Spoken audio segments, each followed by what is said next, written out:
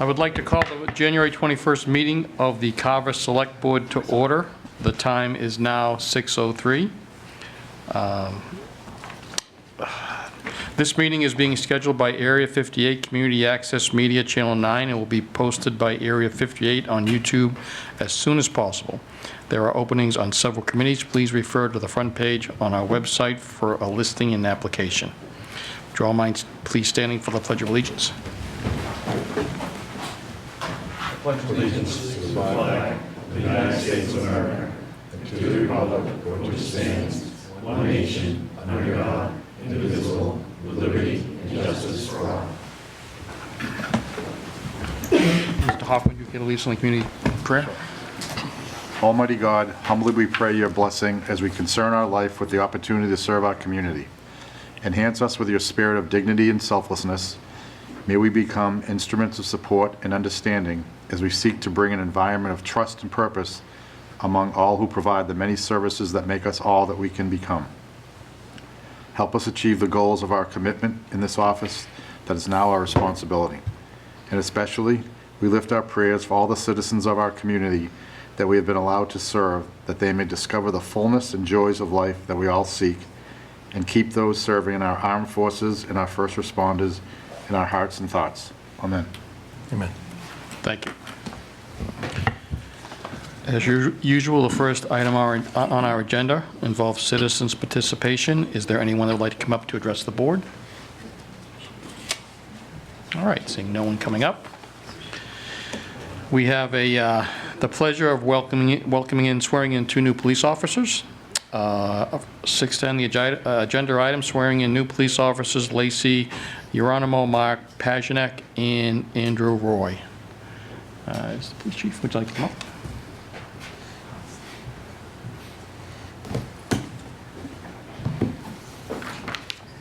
Thank you. Thank you. I'll bring them in just a minute. If you don't mind, I'll just get a couple of words. Take your time. I'll get this before you tell me to speak into the microphone. So tonight it's my pleasure to oversee the swearing in of Carver's newest police officers.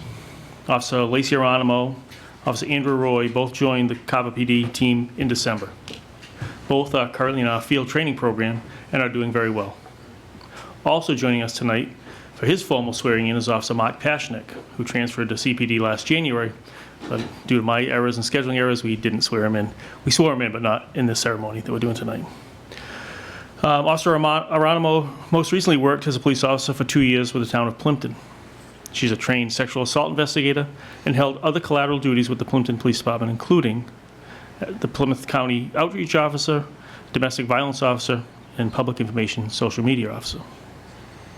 In 2023, she received special recognition from the Massachusetts Association of Women in Law Enforcement at their Spirit of Molly Awards. She is very community-oriented and founded her own community service organization known as the Action Team. Through this organization, she has organized over 30 community service events that have benefited many charities and people of all walks of life. She is also a big sister as part of the Big Brother, Big Sister program. She grew up in Carver and her parents still live in town, and she is enjoying policing in her hometown community. Officer Andrew Roy was a police officer with the town of Falmouth, where he worked since graduating the academy in October 2023. Prior to becoming a police officer, he spent 6 years in his most rewarding role as a stay-at-home dad. And it was during that time with his kids that he realized he wanted to find a meaningful and fulfilling career to pursue when he went back to work. During his interview with us, he told us that he had decided police work would fulfill those requirements, in part by interacting with our officers at Carver Night Out and interacting with our SRO at the school where his children go. He's also a resident of Carver, where he lives with his wife and 2 daughters. And I just want to quote his cover letter. "My number 1 goal is to be a great police officer, but my ultimate goal is to be a great Carver police officer." And he's well on his way. They're just about finished with their field training now. Officer Pajanek, who, like I said, because of my screw-up, wasn't attended the ceremony last January, he worked as a police officer at the town of Chatham for 8 years. During that time, he received training in many subjects, including becoming a field training officer. Prior to working in Chatham, he worked for the St. Louis Metropolitan Police Department for 7 years. During his tenure there, he worked as part of a community policing team of officers who responded to specific issues within their district. There, he received several commendations and awards, including making arrests of violent criminals and removing illegal firearms from the streets. He is also a resident of Carver, where he lives with his wife and 2 stepdaughters. These new officers bring our complement to 19 police officers and will allow our department to better serve our community. We're happy to have them aboard and look forward to each of them having long, successful careers with the department. If I could now ask Town Clerk Kara Dayhill to administer the oath of office, I was thinking we'd bring him up and have him do it here in front of you guys, if that's okay? Absolutely. Thank you very much. Come on, stand on this side. And I'll step out of you. Okay, thank you. Okay, so we're going to start, and I will pause and let you each say your name, and then we'll do the oath together, if that works. Okay? So when you're ready, please raise your right hand and repeat after me. I state your name. I, Mark Peschel, State your name. I, Andrew Roy, Do solemnly swear do solemnly swear that I will bear true faith and allegiance that I will bear true faith and allegiance to the United States of America to the United States of America and the Commonwealth of Massachusetts, and the Commonwealth of Massachusetts, and will support the Constitution and will support the Constitution and laws thereof. and laws thereof. So help me God. So help me God. Congratulations. Thank you.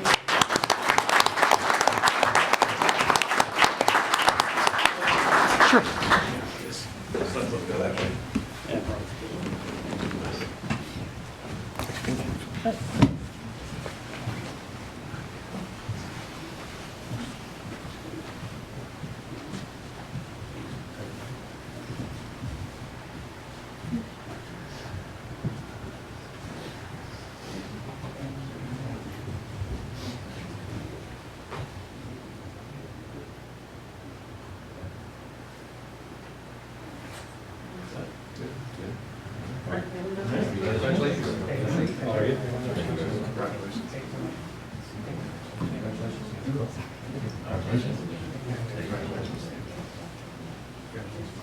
I'm lucky to have her.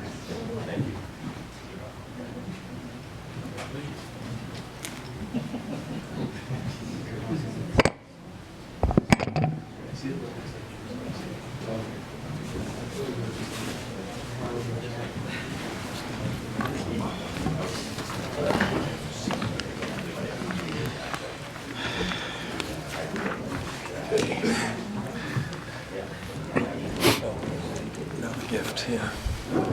Yep. Okay, the next item on our agenda is the acceptance of a gift to the police department from the Olaria Charitable Foundation. Yes. So thank you again for having us tonight and letting us bring the new officers up here and get sworn in front of you. I appreciate that. This gift comes from Mr. Paul Larry and his family. They own a precious metals company in Bridgewater. And about a year and a half ago, Mr. O'Leary moved to Carver with his children, who are at the elementary school. I met with him a couple of weeks ago. He's very interested. Their company formed a charitable foundation years back to be able to support the community of Bridgewater, where they have their business. And now that he lives in the town of Carver, they wanted to extend that generosity to our town as well. And he came in and sat with us and talked to us and gave us a check for $10,000, which we're asking you to vote on accepting, so we can put it in the gift account and be able to use it for, they suggested whatever purposes we decide we need. In the past, we've used a donation like this to run a Citizens Police Academy or to purchase equipment that we might need that we haven't been able to afford with the budget. So I'm not sure where we're going with it at this point, but I did tell Mr. O'Leary we would talk with him before he made any expenditures so that he could have some say in the matter. Thank you. Thank you. I'd like to thank Mr. O'Leary for his generous contribution. I guess, would anyone like to make a motion to I'll make a accept the gift? motion to accept the charitable gift from Mr. Paul O'Leary. I'll second that. We have a motion and a second. Any other questions, issues, or concerns? Seeing none, all those in favor say aye. Aye. Aye. Opposed? 0. Thank Excellent. you. Thank you very much, and thank you for your support. Thank you. Chief, have a good night. Yes. Can you stay, actually? Sure. Can't do Middleborough Animal Shelter? I'm sorry? Middleborough Animal Shelter? Stay right now. Yeah, okay, good, that's next on the agenda. Yep. Oh, yes. Next item on the agenda, the approval of the Middleborough Animal Shelter Agreement. Would you like to give us a little background? Certainly. I took over animal control a few years back, and we've always had a relationship with the Lakeville Animal Shelter. That shelter has served us well over the years, but has declined in future years. We've established a relationship with Middleborough over this past year with a couple of different incidents that we needed assistance with, and through our town administrator and the town administrator of Middleborough, we were able to talk about switching over to them, using them for a shelter. I did have a conversation with the Middleborough Town Administrator, James McGrail. He indicated that they'd be willing to take on Carver. I don't believe we have a heavy burden on any of the animal shelters, but more than willing to help us out. A little bit more convenient for us, Middleborough's right next door to us, so, it's a good relationship for both of us. Great. Okay. Any questions? Do we have to take any action for it, or? Yes, you have to. Vote to approve the contract? Okay. Just a quick question, what's the volume of animals in that current year that you currently have to deal with? Very small. It depends on the years. We've had maybe 3 or 4 sometimes 5. In the past, while it's been under my watch, we did have one dog that we had at Lakeville for 9 months while there was a legal battle going on. But for the most part, it's a few days that we need to house a dog over there. The shelter really doesn't house cats or anything like that. Wild animals, we take down to the wild animal shelter down the Cape. But Middleborough would be holding dogs for us, and it varies. It really does. If we find a dog that we can't find the owner, we've got to put it somewhere while we look into finding the owner. Or if we have to seize a dog to hold it because it's had a dog bite where you got to quarantine it for 10 days, we would use a shelter for that. And they have their own adoption program, is it? Yep, they do. Both of them do. I mean, we had to adopt animals through the Lakeville shelter before, and Middleborough does the same thing. Great. Mr. Ryan? Are the fees comparable to Lakeville? Did you look at it, or we? The daily fee's the same. It's actually a little bit cheaper to go to Middleborough on Okay. annual rate. So I'll make a motion to accept the agreement between the town of Middleborough and the town of Carver. I'll second that. We have a motion and a second. Any other questions, issues, or concerns? Seeing none, all those in favor say aye. Aye. Aye. Aye. Opposed? 030. Thank you very much. Thanks again. Thank you. Have a good night. Appreciate it.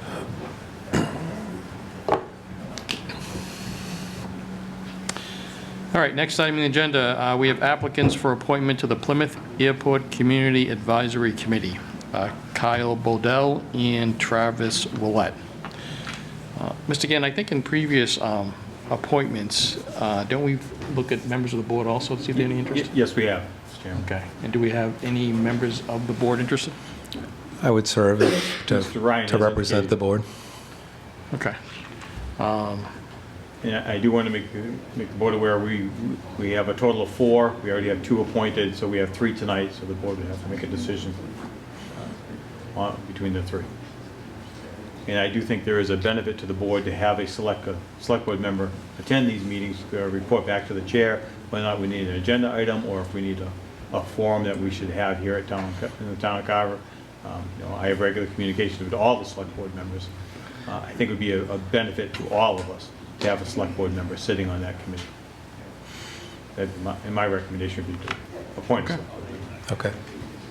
And Mr. Ryan, you've got an interest in this? Yes, I would support that. Okay. I don't know how this would work. We've got a 3-member board. Do we have a motion to appoint Mr. Ryan? Unless you want to talk to the other 2 applicants first and then make the motion at the end. Okay. All right, so who's up? We'll look at Kyle Bodell. Is Kyle Bodell here? Mr. Bodell, could you please come up?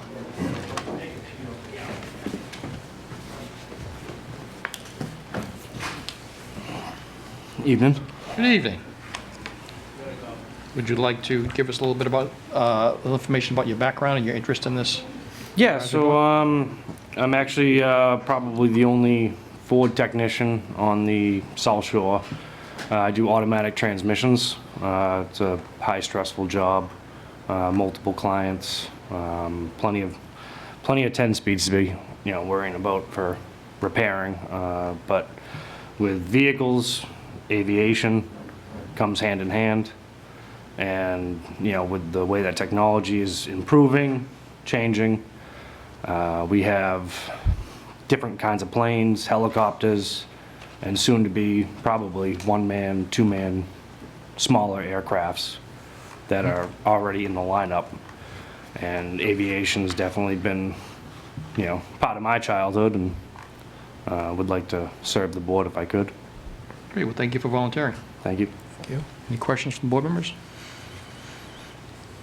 Mr. Gannon, do we know when this board meets? I don't have the first meeting date, Mr. Chairman. I do not have that. Do we know if they meet in the evenings? You'd have to meet with the board whenever they have their meetings. I think it's once a month, 5 o'clock or something. That sounds correct, sir. I don't have it right in front of me. Okay. Yeah. Yeah, great. Thank you. Thank you, sirs. Thank you. Thank you. And Travis Willett. Hello, Mr. Willett. Good evening. Good evening. Like to give us a little background about yourself and your interest in this committee? Yep, so my name is Travis Solette. I live on Weston Street, which is pretty near the airport.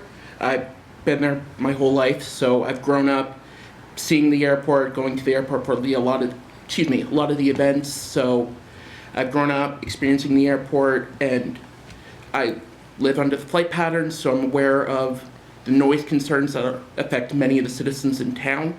So I've grown up going to the airport, so I've always enjoyed going there and played spotting and everything. So something that I was interested in doing to help serve the town. Great, thank you for volunteering. Thank you. Any questions from the board? All right, thank you for volunteering. Thank you. Right, so we've got 3 interested candidates. Is there a motion? If I may recommend, I would make a recommendation we appoint the select board member and then make a decision between the other 2. That'd be my recommendation. So I guess my question, because Dan's not on the agenda, can we still do that? Yes, he's This time? self-nominated tonight. Okay, I just wanted Yes, yeah, I had the same, to cross them. we had a T's conversation and about it dot today. I's. I will make a motion to appoint Dan Ryan to the Plymouth Airport Community Advisory Committee as the select board representative. Second. All right, I guess we have a motion and a second. I guess comments, I think that it might make sense, as you'd stated, Mr. Gannon, having someone that on the committee that can report back to us would make sense. All right, with a motion. One other quick, so how many are on, so presently there are 2 on the board, on the committee now? Correct, and they asked for 4. They asked for 4. As far as I know, the applicants go to the Plymouth board, and then they're going to make a decision off of the applicants themselves, I think. All right, is that, we're just making a recommendation to the Town of Plymouth Select Board, right? Correct. I'm sorry, how many, we're recommending how many? 4 total. 4, and they'll pick, And we've done 2 already. We've done 2 already. yep. As far as I know, they've been selected by Plymouth, but I can double check on that, but. So But we does have Ply- 2 does- spots available. Does Plymouth take whatever we select and select 2 out of that, or they just, We don't know. So far, they haven't rejected anyone. okay. So I guess my question, can we forward all 5? I mean, the 3 additional that have Plymouth. Good Are they- question. Don't know. Yeah, I don't know how hard and fast they are on the number, I don't Okay. really know. Okay. I just feel bad with 2 gentlemen that Yeah. volunteered to be on here, as well as Mr. Ryan, that if Plymouth might You could not do that. accept one of the 4 that we recommend, then let's give them 5. But again, Yeah, so far, they haven't rejected anybody that. okay. All right, That might work, too. I Good. guess that would be fine, maybe to send 5 names to them and let the board make a decision. If you want to do that, that's good, too. Because it's not as if the 4 are definitely on it, is what I'm understanding. The Plymouth still has a right to. Correct. Okay. They could reject someone. all right. Would anyone like to make a motion? I'll Wait. make a motion to appoint Kyle Bodell and Travis Willett to the Plymouth County. We sorry, didn't Plymouth vote on the Airport other Committee. motion, So we though. didn't vote, we have a motion and Oh. a second, right? We didn't Yeah. have a vote, Mr. Chairman, on the. Oh, on the first- on the for first one, Dan. which is Dan. All right, we have a motion and a second. All those in favor say aye. Aye. Aye. Aye. Opposed? 0. 3-0. Okay. Okay, no problem. Mr. Hoffman? Make a motion to appoint Kyle Bodell and Travis Willett to the Plymouth Airport Community Advisory Committee. Second. We have a motion and a second. All those in favor, say aye. Aye. Aye, opposed, 0. Congratulations, gentlemen, and thank you for volunteering. Yep, thank you for volunteering. Right, 7:23. We're going to take something out of order. We've got a 6:40 appointment with, a joint committee, I should say, joint meeting with the Finance Committee and Capital Outlay. How about the update on the plan for Lakeview Street, town-owned property? Anyone here to speak on that?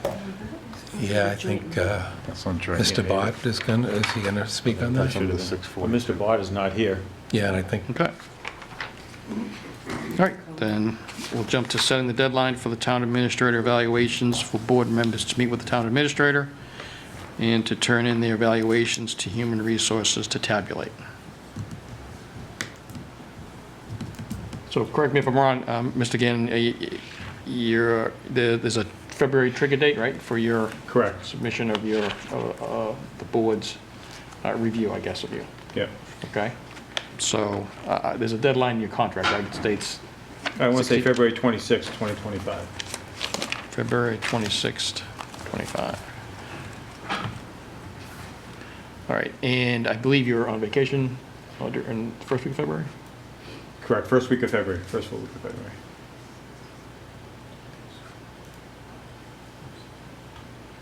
All right, so I don't think really any action needs to be taken other than to make sure the board's aware of this deadline and to submit the reviews, I guess, to Ms. Weston for tabulation.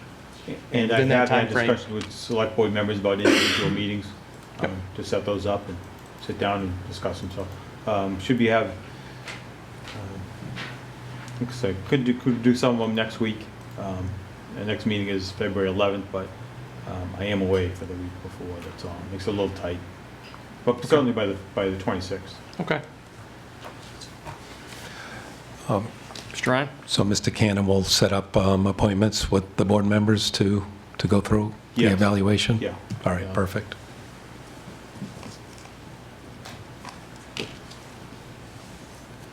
All right, next item, the update on the American Rescue Plan Act.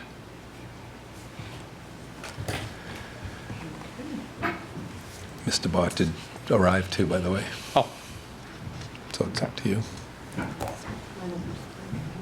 sure. I think he's part of that joint meeting though, right? I didn't know Lakeview was part of it. The Lakeview's part of the joint meeting, right? The Lakeview. It needs to be big, it needs to happen on the select board, it doesn't have to be the finance committee. But I don't know if we're going to involve the finance committee anyways. So for the ARPA update, we are just reviewing the projects waiting to be completed. For Plymouth County projects, we have the Carver Middle High School mechanical system for better air quality. That project is ongoing because the work can only be done during school vacation weeks. So they did work over the holiday break, and they will continue to work over February vacation and then complete it during April vacation. The municipal well corrosion project, work has begun, and it is anticipated to be completed in March. They are still awaiting back-ordered parts. Unfortunately, we are still feeling the effects of that. The decommissioning of 22 private wells. Our health agent is working with the DEP to get letters out to residents again. They already have sent out letters. Residents are still hesitant to decommission their wells, so the DEP needs to urge them to do that. Council on Aging deck, we are moving forward with this. So the builder and the building inspector were going back and forth on the plans on this. And the building inspector did finally approve the plans. So now work can begin, and it's just weather dependent. So they obviously can't start now. But as soon as the weather cooperates, they can begin building the deck, and that should move quickly. The generator for Town Hall, we are waiting delivery for that. And then once it gets delivered, it can be installed. The purchase of the UTV for the fire department, that paperwork is in progress. to pay the invoice, so this item will drop off the list as soon as that payment is processed this week. The electric vehicle for the conservation agent and building commissioner, that vehicle is going into production soon and should be to the dealership by February. The portable radios have been received. Again, that invoice is being processed this week, so this item will drop off next week. And the police new hires is ongoing. Obviously, as you saw tonight, the new hires have started. So that's just a matter of the payroll being submitted and this being more of a declining balance once that starts to happen. And that is it. So this list is shorter. We did have 1 or 2 projects drop off because the invoices did get submitted and completed. So we'll continue to drop items off of this list and have a shorter update. Great. And right now, as far as the Plymouth County Opera, as far as all the projects getting accepted and funded, there's no concern that they're going to go through some process and kick something out? No, we have been in constant communication with the Plymouth County Commissioners and Tom O'Brien. They have worked very well with us. We're very happy with our communication with them, and they're happy that we did communicate our issues to them very early on and made them aware of our restrictions and, time issues with getting parts delivered. So they have no plans to take any money away from us. Great. Well, like you said, Mr. Chair, we'll continue to monitor just because, we want to make sure we're spending every single one of the dime that we receive from this opera program, in a I don't want to say in a useful manner. We're not wasting any of these. These are all projects that, if not on here, would be on our capital plan. So this is a good benefit to us. But again, continue to monitor just to make sure that we don't have any hiccups with the funding. Great. All right, I see Mr. Bott has joined us. Do you want to, we're taking some things out of order, just while we're waiting for other committee members to join us. Would you like to speak on the update for the plan for the Lakeview Street town-owned property? Happy to do so. Is that supposed to be with any other group? Capital, but we'll bring it to capital separately. Okay. It's mainly for the select board. It really shouldn't have been under that joint. Okay.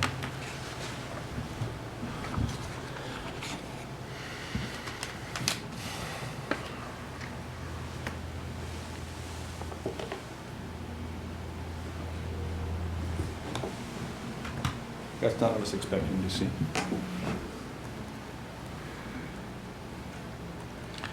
Just before you start, I'm sorry, the agenda I have, I don't have them as part of the joint meeting with the Finance Committee, but that's how it was set up? It should not have been, Mr. Okay. Chairman. It's a separate agenda item. Well, I just see some members of Capital Outlay. Any members from Capital Outlay in the Finance Committee here? If you'd like to have a seat at the table anyways while you're here.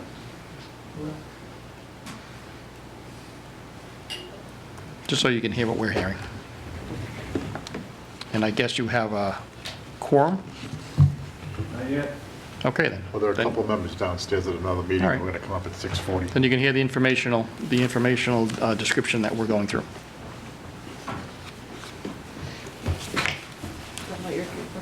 Yeah, we saw this Do we need to? on the screen before. You don't have a quorum yet, yeah. For some reason, it's not showing up right now. Let's try one more thing.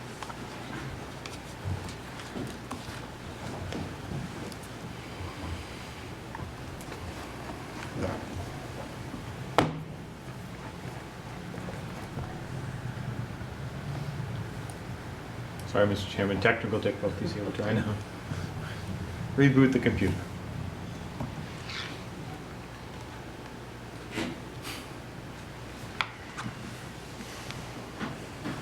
The shutting down sign was not at all what I was expecting to see.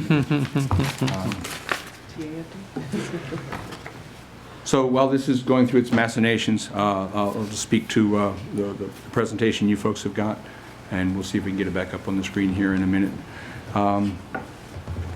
So I have been working with the Lakeview Street Working Group. This is a group put together by the town administrator, composed of representatives of the Select Board, Council on Aging Director, a representative from the Recreation Committee, Conservation Committee, the O&M Director, the town's consulting engineer. the conservation agent, a representative from Carver Trails and Stewardship Committee, and the town planner. Yours truly, Tom Bott. The purpose of this group was to come up with recommendations, anticipated uses for 44 Lakeview Street, looking at connecting and merging 44 and 48 Lakeview Street, including removing parts of the fence, any work needed to be done to complete these things, looking at a parking plan for both pickleball, beach, and COA areas, and potential reuses of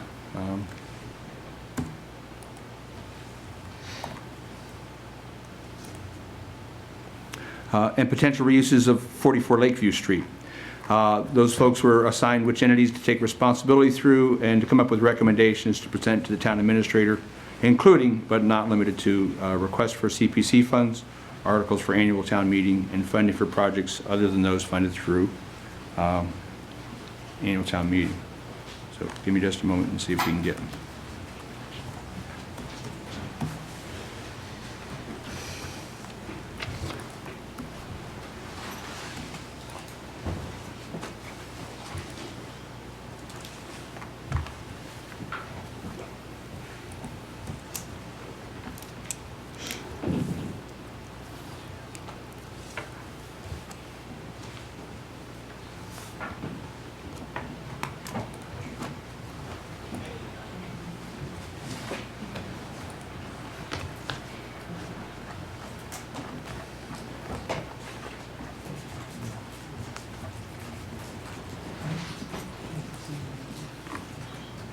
Hot dog.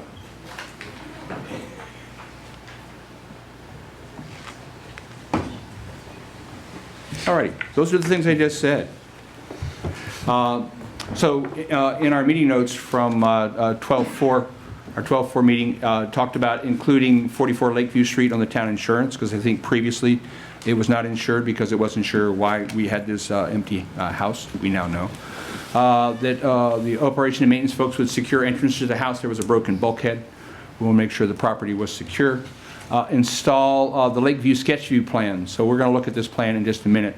Those materials have already been acquired. The Conservation Commission approvals are in hand. And those would include walkways as a loop around the 44 and 48 town property areas. And we'll see that plan in just a moment. Have O&M remove the chain link fence between these two properties, which would include some of the plant materials that sort of grew through things. There were some invasive tree species we wanted to remove, and to present a parking plan and a paving plan to capital planning based on plans and costs provided by Fuss and O'Neill. That's what F&O is, our town's consulting engineer. Establish cross connections between 44 and 48 after clearing the fence and bushes, and establish use for 44 Lakeview Street or 48 Lakeview Street. We'll consider, so right now it's a house, and there's discussion about making it into a classroom area, a place for science. So whenever time you change a structure from one use to another, such as from a house to a medical or an educational facility, or maybe if you ever talked about a church and having it converted to something, in case that ever came up in an earlier session. It's a comparable process.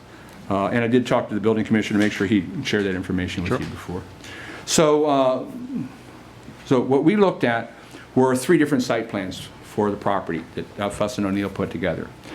Based on the 12-4 meeting, we did a site walk around and looked at those options and settled on option number 1, which was to repave and restripe the existing parking lot at an estimated cost of about $200,000. This would result in 26 parking spaces for the lot. We could look at just restriping the existing pavement. There'd be no increase in impervious surfaces, and use those monies to repave things instead of expanding the parking much more so. There is a turnaround, a dead-end turnaround at this, and it's the least expensive option and provided the most parking. And in all the various technical analysis people would do, they might say, so this is the least expensive one and it provides the most parking. You know, it's a pretty good bet that people are going to lean into that, and as the case was, they did. So here we see on the sketch here, Site 1 with all the particular components to it. And this is the sketch plan. It was called informally the Elmo plan because it looked like it was drawn by a Muppet, but it is actually a sketch that lays into some of the particulars about where trails might be at, where different plant communities at.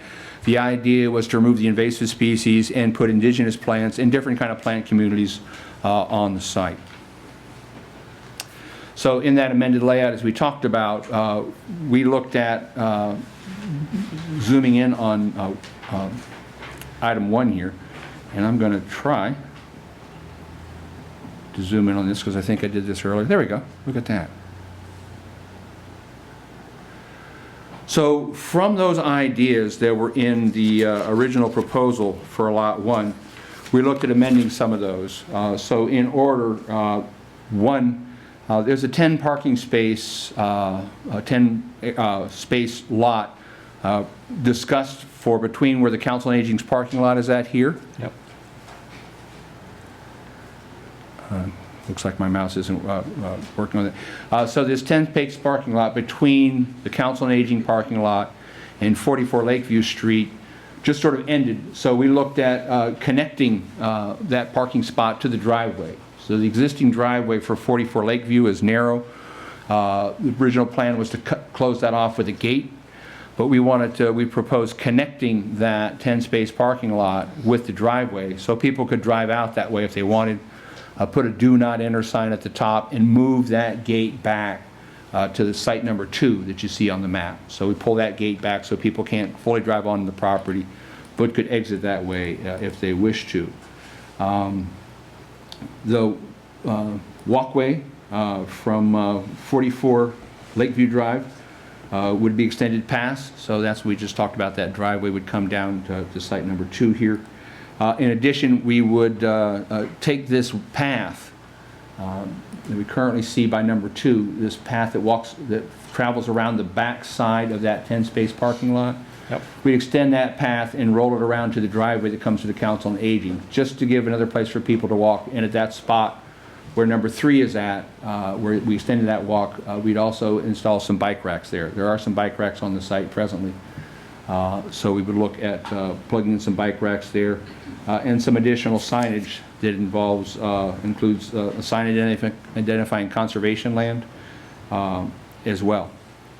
Tom, could you go back to that? I just want to clarify, just for the board too and everybody else. So the existing house there you see on my left of the screen, that is under the control of the Conservation Commission. Mm-hmm. So it's care, custody, and control of theirs. They propose to turn that into an educational center. Right now there's no funding source for that, but it's also that, so that would be their responsibility. The 10-car lot that Mr. Baugh was referring to also, that would not be paved. That'd have to be gravel because that's on conservation land. So that's not part of our proposal to repave the COA parking lot, the road down to the beach, create some new parking, and then also the walking trails. That's all on the conservation land. So, you know, we wanted to make sure we had coordination between the 2 plans, but there's a true separation here between what can be done, or at least you know, we could coordinate construction too, but certainly funding sources and approval from different boards are required. Yeah, and that's all conservation. And the costs we've identified so far are simply for some of the site work and the paving on 44 and 48. One of the things we'll talk about in a bit for 44 is in order to determine what needs to be done for that property.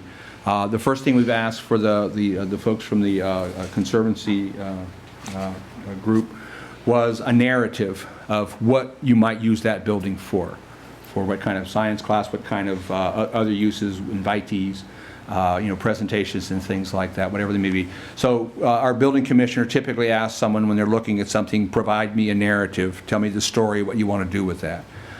From that story, you can hand that to an architect, this licensed site professional that we talked about, Rod talked about earlier, to identify what would change from it being used as a house to being used as something else.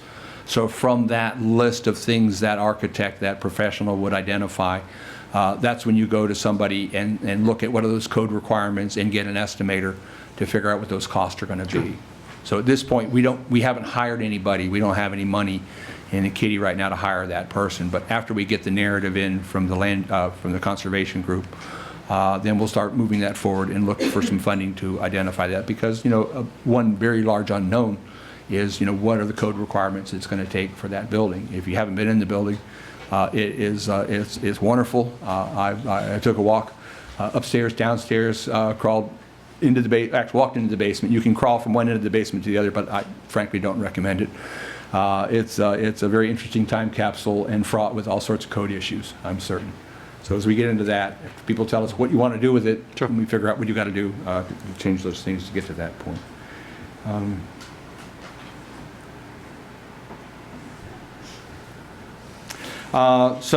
There was considerable discussion about a sign somewhere in this 26 parking lot area down by the beach, noting shared these uses between pickleball folks, because I understand pickleball folks are sort of passionate about things, as are folks who like to use the beach, also likely passionate. So how do we talk about, sharing those spaces? Do we have beach stickers required here as we would on other places in town?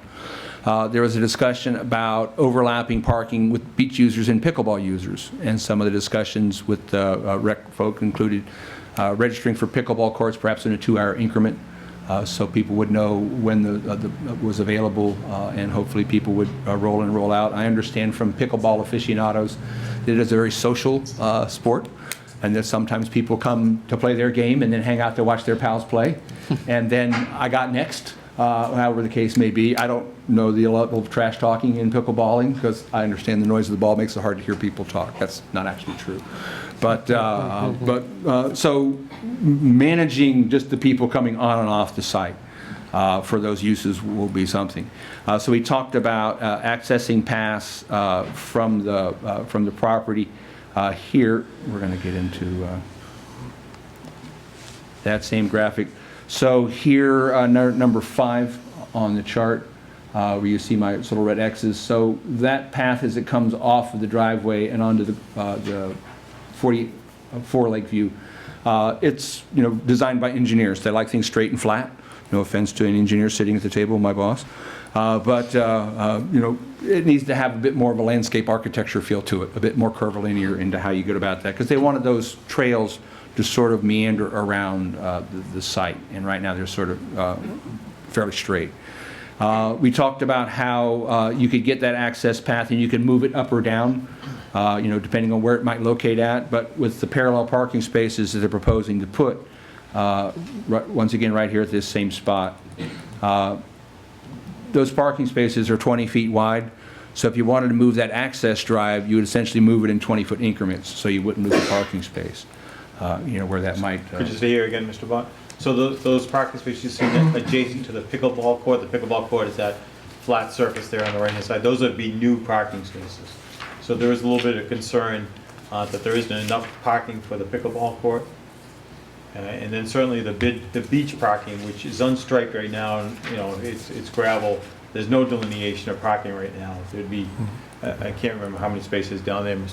Bott. Do you recall? Is it 20 or? There are 26 in the back lot, and so we would be adding, I think the net count on this with these changes is right at 54, with adding the 10 parking spaces, the other parking spaces at the top, the other 14 at the top of the pickleball court. And just one other thing on that. So there is actually potential for even more parking.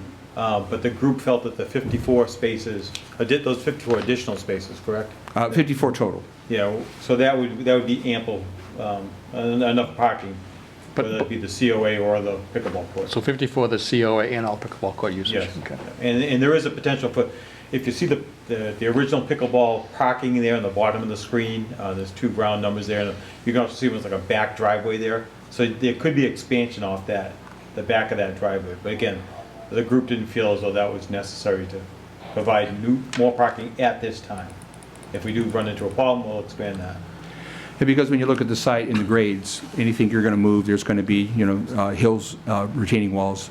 So you want to kind of use the dirt you've got already, because anytime you start expanding out, you start to get into chasing grades and lines and things like that, gradients. And you certainly want to steer away as much as you can from any sort of retaining walls, because those get pricey as well. And then the 44 Lakeview property. So here's the picture of the house. So as we talked about before, develop a narrative for the reuse of 44 Lakeview. So a Massachusetts design professional can assess building code changes, so costs can be developed and a funding source identified. Also on site, we need to locate a well in conjunction with the Board of Health agent. Depending on the use of the building and from the narrative, it may need to be a public water supply, as if it's used by more than 25 people for more than X months per year. I don't have specific what those months per year are. But if you get to the point where you have to develop a public water supply, then that gets to be a bit more onerous as far as price and reporting goes. Need to locate an area for a new septic system, replace the existing cesspool. And because the septic system, according to our health agent, is an existing system, and replacing a cesspool, there's a bit more flexibility in deciding it than there would be for a typical brand-new septic system on a raw land site. And the last thing was consider naming the property for the folks who gave it to us, LSD and Althea E. Atwood. And the last two slides are just basically bigger pictures of the slides you have we used earlier, and I put them into the presentation in case anybody wanted to drill in on any of the layouts that we've got for the property. And Great. Happy to take any questions. Mr. Ryan? I was just going to recommend that the Capital Outlay and Finance Committee open their meeting so they could ask questions before we move forward. Finance Committee? I make a motion to open the Finance Committee meeting. All right. Capital Outlay? I make a motion to open capital outlay. Do we need the time? 6:49? Yep, 6:49. Great, thank you. All right, Mr. Ryan? Okay. That was it, just to have them open. Okay. So they can ask questions. Just one thing that popped up is the property would be having a public water source. If it needed to be a public water source, how would that be accomplished in that area of town? That is a question I'm not qualified to answer. But basically, as I understand, a well is a well. And the difference between a private well and a public water supply well is the reporting that's required through DEP forever and ever. And so that's what tends to scare some people off. If we had a development, we was looking at on Silver Street. They were going to put in 24, 25 units, and that was going to trigger the public well requirement. They withdrew their application after they got into the merits of that and decided at the number of units they were going to do, 30 some odd units, they had to look at the math again to see if that made sense. Either reduce the number of units to get under that threshold or figure out how to make more money on the development for paying for the well. Great. Next steps, what are the next steps in your process at this point? Well, I think the next step that I believe there is a request to in the capital plan for $200,000 for the paving and the striping of the lots, recently submitted by Dave Siedenhoff. Regarding the narrative, we're waiting for the conservation group to give us the narrative about what they think they might be using the building for. And at that point, we would look at identifying somebody who could take that narrative, figure out what the code changes are. But once again, that's a few grand to hire somebody like that to figure out what it's going to cost to make those upgrades in the building to get to code. One thing we haven't touched on, I believe there is funding in a previous article on the conservation land. There are 2 platforms to be built, and then the walking trails. I believe the article is for the materials, and the intent was to have those done with local labor. I believe they're going to start that in the spring when the weather breaks. So they already have the funding in place for that. Not the educational center, the house. And again, the town would be looking to repave the COA parking lot, the road down to the beach parking lot, and then those new parking spaces beside the pickleball course. So that'd be our intent. Sorry. Sure, kid. How many spots are there for the COA itself designated? Can you read it, Tom? There's the parking lot for the COA. I will tell you that none of the spaces are actually restricted for any of the uses, so they're all available. It's more of a convenience for the COA folks, and they do it now. I know they have a bingo day. I want to say it's Wednesday afternoon. They do park down towards the beach along the road. We see the formal parking spaces now. So none of those spaces would be designated, you know, either way. If the conservation did build that gravel lot that you see very close to the road, you know, we would anticipate those spaces would probably be used by the COA also, just because of the convenience, you know, the easy walking for them. You know, they put the trail connection down below, so even the beach parking lot could be access to people who want to use the conservation land. But right now, no restrictions on any of the parking spaces. I ask that because, you know, sometimes I've seen on Facebook about how there's just not enough parking for some of the events at the COA. So then Correct. now you tackle on the pickleball and the beach, and will this help improve that situation in any way? That's what we're hoping. We're hoping they will improve it. And again, the group did feel as though there was ample parking in total. And now, I will tell you, I would say for the COA, to walk down to the beaches, you know, a little bit of a hike, so Yeah. it might be a little bit too much, but that'd be something we'd have to look to tackle if we needed more convenient parking, let's call it. Not necessarily more parking, but more convenient parking. They still have the parking in the front as well, right? Correct, they do.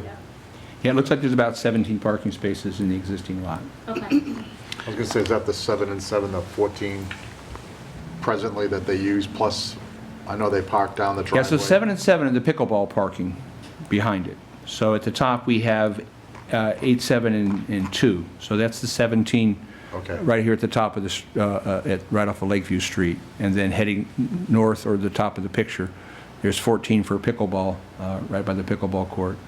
And then we added the 26 in the back, down by the beach. Those are 26 that are essentially there, but not striped.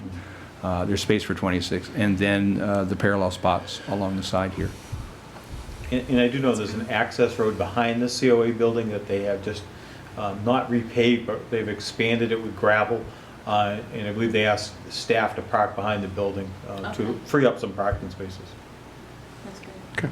And I know the building's a separate issue, but will the paving need to be completed before the pickleball courts can be used? I don't think so. No, because the pickleball court will be paved under a separate contract along with their parking area, so they'll have their own designated, you know, I mean, they're not restricted, but that parking would be to be built with the pickleball court. It would just be redoing the road, and then adding spaces. Okay. Great. Mr. Ryan? What are the plans for the waterfront? So let's see if we can zoom in on that.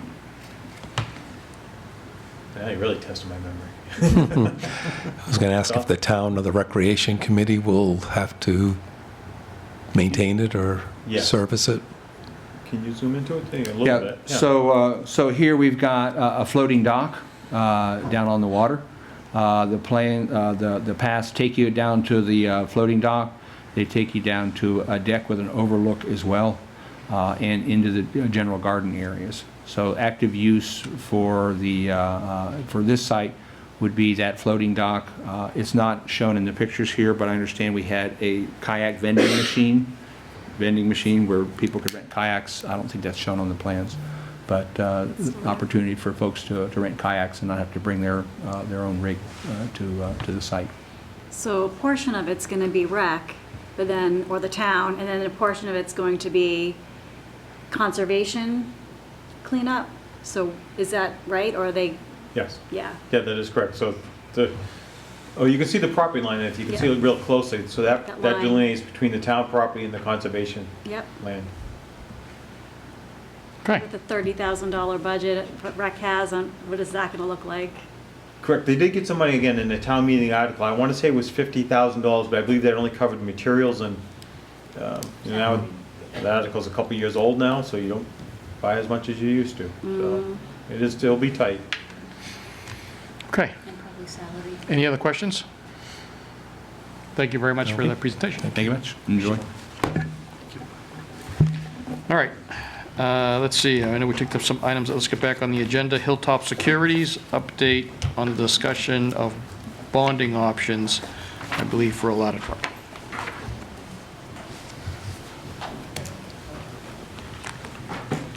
Hi, could you please state your name and... Sure. I believe you're Hilltop? Good evening. I I'm Abby Jeffers from Hilltop Securities. I don't know if I'm doing this right, so I do apologize. Oh, here we go.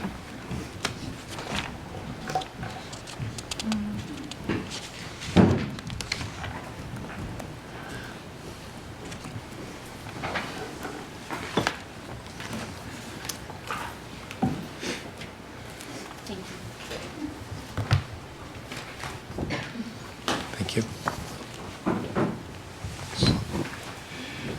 Thank you. Thank you.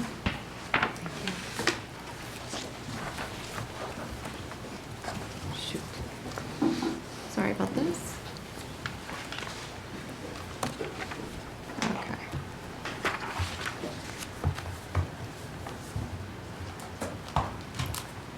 Let's see if I can get this one. There we go. So again, my name is Abby Jeffers from Hilltop Securities. This is Megan Hyland, my colleague. Hilltop Securities serves as a municipal advisor to the town, and what we do is we help facilitate municipal debt for the town for capital projects that's approved at town meeting. So we were asked to give a debt overview, so I'm not sure if you've already heard this before, so some of it may sound repetitive, but feel free just to interrupt and ask questions as we go along. So basically, what is municipal debt? It's basically, it's a bond or a note issued at Just Abby, you might need to talk into the mic a little better for people at home that are listening in. Sometimes it doesn't Sorry, pick not up. used to that. Thanks. So basically, it's an interest-bearing promise to pay a sum of money on a specific date. All of the town's debt issued through bonds and notes is fixed rate. So you know on the day of the sale what your interest payments are going to be. Long-term financing are known as bonds, general obligation bonds, and they are usually financed greater than 1 year. There is short-term financing, which is considered bond anticipation notes, which is usually mature 1 year or less. And those are typically issued during the construction phase of the project until you know your final costs. And just to let everyone know, I might reference debt service. For those of you that don't know what debt service is, it's the aggregate of your principal and interest payments on your outstanding debt obligations. This is a quick municipal borrowing flow chart. I think a lot of people kind of don't know all the steps involved when it comes to borrowing. You know, you go to town meeting and you approve it, but then you're like, what else happens? So this is just a quick snapshot of what happens when someone comes up with an idea and how the whole borrowing process gets started. So in our example here, someone comes up with a project. In our example, we'll say a new town hall. The bond council will either draft or review your authorization vote. You will bring that to town meeting. Every debt authorization needs to be approved by a 2/3 approval. If it is a debt exclusion, it needs to be approved by a majority vote at a special or regular town election. Once it's approved, there's actually a lot of steps involved before the town actually gets any money associated with the project. So what happens is the town's finance team sends us a copy of the approval vote, and we send that over to your bond counsel, who's the law firm that's going to put the legal opinion on your issue. And they'll prepare a legal requirements letter. And it's a whole laundry list of items the town has to satisfy to say that your authorization is valid on a federal standpoint level, state, and within your local bylaws. The town satisfies those letters and sends those items and sends everything back to bond counsel. Then in the meantime, your finance team meets with us, and then we determine a game plan. Should you go long-term? Should you go short-term? When do you need the funds for the project? And we put together a whole financing schedule and a draft official statement. Most of the town's debt will have an official statement that accompanies it, and we send that official statement over to bond counsel as well as to the rating agencies. Bond counsel is going to look to make sure you have the proper legal language in there, you have a legal structure, and then the rating agency is going to assign a rating for the town. The town recently went through this in December of 2024, and they assigned the town a AA rating. Once that rating is assigned, we distribute the official statement out to the market, essentially all the underwriters and everybody who is interested in bidding. About 1 week later, we conduct most of your sales are going to be done on a competitive basis. So the underwriter that provides the lowest TIC, which is true interest cost for bonds, or NIC, which is net interest cost for notes, will be awarded the issue. We do the calculations, we confirm that all the numbers match up, we give that information over to bond counsel, they prepare all your borrowing documents, and they deliver it to the town in time for a posted select board's meeting. The sale does need to be approved at a posted meeting, and most of the time, the documents are signed then as well. Once all those documents are signed and sealed, they send them back to us, we send them over to New York, to DTC, and the underwriter on a specific date will credit the town with the funds that it sold for the projects it needed. Then the town pays principal and interest, according to that fixed rate schedule I told you earlier about, because all your debt is issued on a fixed rate basis. In order to determine which projects are eligible to be financed with municipal debt, most of the items will fall under Chapter 44 of the Mass General Laws.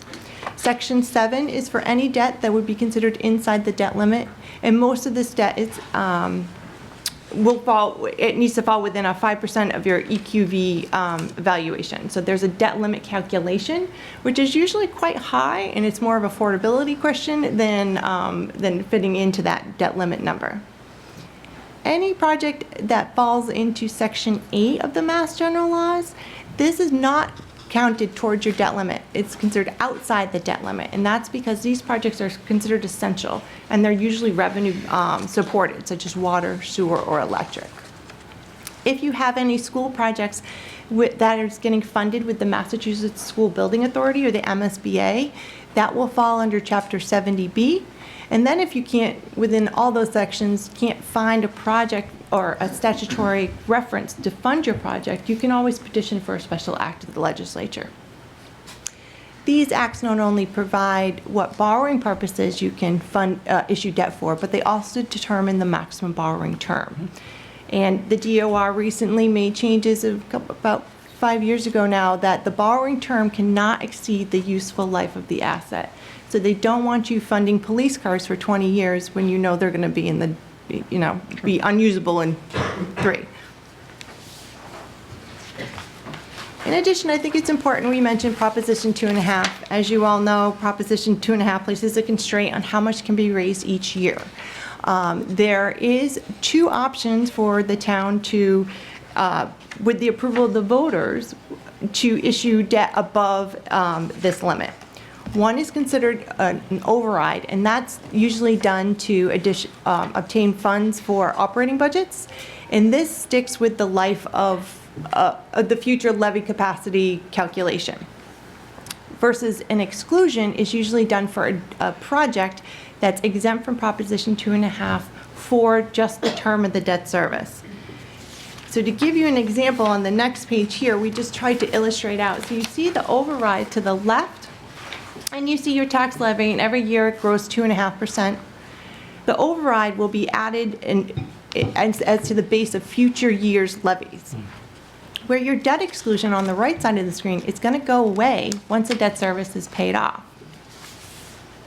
So when you're looking at the town's overall debt, which I promise I won't make anybody read those numbers, we have to look at it in the aggregate, and then we actually have to break it down by fund. Because some of your debt is enterprise supported, some of it is CPA supported. So when you're looking at future debt service, you have to figure out where does it fit within the fund, and is there an existing roll-off that we can tap into. So you'll see here we have every outstanding bond issue of the town listed, your principal and interest payments through maturity, and we've highlighted them. So the purple is your CPA supported debt service, your blue is your enterprise supported debt service, the yellow is your tax-supported debt service, so that has to fit within your levy limit. Then you have it's kind of like a pinky color, that is your exempt debt service. So this is the debt that for the middle school project, or excuse me, it was an elementary school project that you can see in the kind of middle between all the yellow at the top, that the town voted to exempt from Proposition 2.5. So that will come off once that debt service is retired. For the next chart, we just took those aggregate numbers and laid them out for you here, just so you can see it a little easier on a visual basis. So you can see your tax-supported exempt debt service, which is your school I just mentioned, and that stays pretty level throughout the maturity schedule, which is which is good because it doesn't fluctuate the tax impact to the taxpayers. It stays level throughout the life of the loan. And you'll see that with your enterprise debt and your CPA debt. Your tax-supported non-exempt debt, which is the yellow column, you can see it kind of stays level for 2 years, then it slowly declines over time. So we start to look at what are our future projects and how can we afford that. So the town has mentioned that a possible new fire truck may be in the horizon. So on here, we've layered in with the option of some short-term bans for 2 years, starting in May 1 of 2027. So you pay interest only for 2 years on short-term debt. Then we converted it over to long-term debt with an assumption of bonds in May of 2029 with equal or declining debt service. Massachusetts general laws does allow you to finance a debt on an equal or level debt service basis, similar to that exempt debt service or the enterprise supported debt service I referenced in the previous slide. But it's important to mention, when you're planning future debt, there's a lot that goes into it, not just we need a new fire truck. We have to look at the market conditions. You know, if interest rates right now are really good, we sold a AA plus community, sold $63 million today at a net borrowing rate of 380. So that's great. Historically, anything below 4%, a lot of people wanted to lock that in. Back when the COVID hit, we were issuing debt at like 2%. Nobody thinks we're going to go back there. So the market actually builds in future rate cuts, and they react that way. So the market is really volatile as to what economic data is being released out there. So if you think, you know, well, we're going to issue debt but at 5%, maybe we want to issue bands until the market comes down. Another item that's really important, probably not so much for equipment, because you either purchase the equipment or you don't, but more of a construction project, we would look at the estimated construction cash flow. Because you have to remember, your debt is being issued on a tax-exempt basis, so there are requirements to spend the money within certain allocable timeframes, otherwise you need to rebate it back to the IRS. And speaking of that, I just mentioned the spending schedules. It is important to not only to make sure that you're making your debt service payments, but make sure you're spending according to what each department gave the finance team at the time of each issuance. Prior to issuing any bonds or notes, we have the town complete a projected spending schedule. It kind of holds other departments accountable too, because everybody says, I needed money yesterday, and then you go and borrow, and then you don't spend it, and you could be in an arbitrage problem. The past 10 years, it really wasn't an issue because investment rates were so low. But now we're at the point where you can actually earn some money on your borrowed proceeds. You want to be able to try to keep those earnings as much as possible. Another item we always tell the finance team is to watch out for any change of use. And because, say, we built our new town hall and somebody came over and said, let's put solar panels on the town hall, that may be okay, but the way the contract is written could nullify your tax exemption status of those outstanding bonds.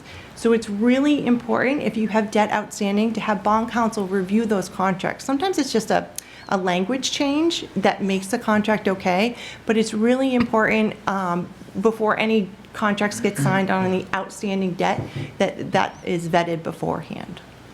And then Massachusetts General Laws, Chapter 44, Section 20, also allows the town to address any bond balances. When you come to issue, you pretty much round up, because nobody knows the exact dollar amount you're going to need for some of these projects, especially if you're trying to lock in low rates. So if you have a project and you've completed it, but you have $50,000 or less that's still in an account but not being spent, with the approval of the select board, you can apply those funds to the payment of debt service on that debt. No action from town meeting.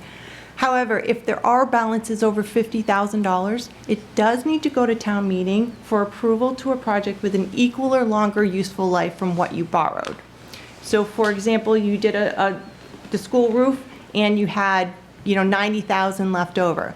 We would go back and make sure, say you bonded that roof for 20 years, but you issued bands for 2 years, we have to make sure the project you're applying it to has a useful life at least 22 years to be applied. And these are great ways because unspent bond balances are also bond proceeds. So you go back to our first bullet point where you're spending of your bond proceeds on a tax-exempt basis. The sooner you can turn them over and apply them to another capital project, the quicker they're spent and used up. So you're not in an arbitrage issue. I know I just went through that very fast. Does anybody have any questions or anything I could answer? Questions? No, I think it's very informative. How's Carver been doing? What have you seen in the last 5 years as far as issues or good practices? Well, good practices always, capital plans, forward projections. We just got off the phone with the rating agency, and so they always like any documentation that you share and you're kind of transparent, not only with the officials in town, but also with everybody, that you post, and you review your investments, that you have a capital plan that's reviewed on an annual basis. Not only that you have a revenue and expenditure plan with funding sources. A lot of the times, when you do forward projections, it will show a deficit. And that's not necessarily a bad thing. It just means, okay, we know there's an issue in the future. How are we going to address it? The rating agencies really like the forward projections because of that, because you have time to plan. If you have debt coming on, you may know that you have a bubble that you have to get over. So maybe you want to reserve some funds to apply to the offset of debt service in the future, just to smooth that out. So, anything with planning or anything like that, you can look back 5 years, but I think it's more of projections and how you think the town is going to look in the future. As well as, when we do these models for the town, we always ask, what other big capital projects do you have? What is the funding source? A lot of communities, we have various models for just the exempt debt versus CPA debt, because, you don't want to jerk around the tax bill either. You want to keep it very level. We have seen too, as debt service declines over time, especially the debt that's financed within the levy, it's nice to keep that consistent because, as you know, there's only so much money available within that levy that it ends up going to the operating side, and it's kind of hard to get it back if you have a larger project in the future. Something's got to give. So we do try to do our best at, forward projections and leveling it for the town. Yeah. Is there anything you'd like to add? And how does Carver fit with regards to, you mentioned the phrase, the debt limit? How are we well under the debt limit, or? You are. So every time the town authorizes debt, one of the legal requirements that bond counsel needs to review prior to providing a legal opinion is that you have the authority to issue that debt. So Hilltop actually prepares that analysis for the treasurer to review and sign. So you take 5% of your EQV, and then you deduct anything that would fall under Section 8. So that would be outside the debt limit. Then we put on what you're paying for your outstanding inside, and we do that calculation. Your equalized valuation, I believe, if I remember, is like $2.2 billion. So, it's such a large number. It wouldn't be, you couldn't issue debt up to that because it wouldn't be affordable. And that's what we see in most Massachusetts communities because the valuations have especially risen over the past decade or so. Great. And I guess we also got, you demonstrated this on your presentation about a potential ladder truck down the road, and we did receive some examples of some amortization tables, one at a 20-year and one at a 15-year life. Yeah. Is this something that you're recommending are the best options? Not without knowing when the fire truck is needed. Obviously, the first step is to authorize the debt, so the town gives you approval to do that. What we've seen with a lot of fire trucks with other municipalities is it can take a year and a half to up to 3 years for the truck to come in. Because you're issuing on a tax-exempt basis, you don't want to borrow the money before you're going to spend it. So that's the biggest thing. But, honestly, we will really look at the market rate. If you don't think you're going to need the fire truck for the next 2 years, it's really hard for us to recommend what structure you should do. Regarding the 15-year and 20-year amortization schedules that Hilltop provided, I think we gave those as an example because under Massachusetts general laws, equipment has a useful life of 5 years unless the select board determines the useful life to be longer, but it can't exceed 20 years. So 20 years is the max you can do for equipment. But some of these fire trucks are they're much older and they're still in the streets. But yeah. Great, thank you. Yeah.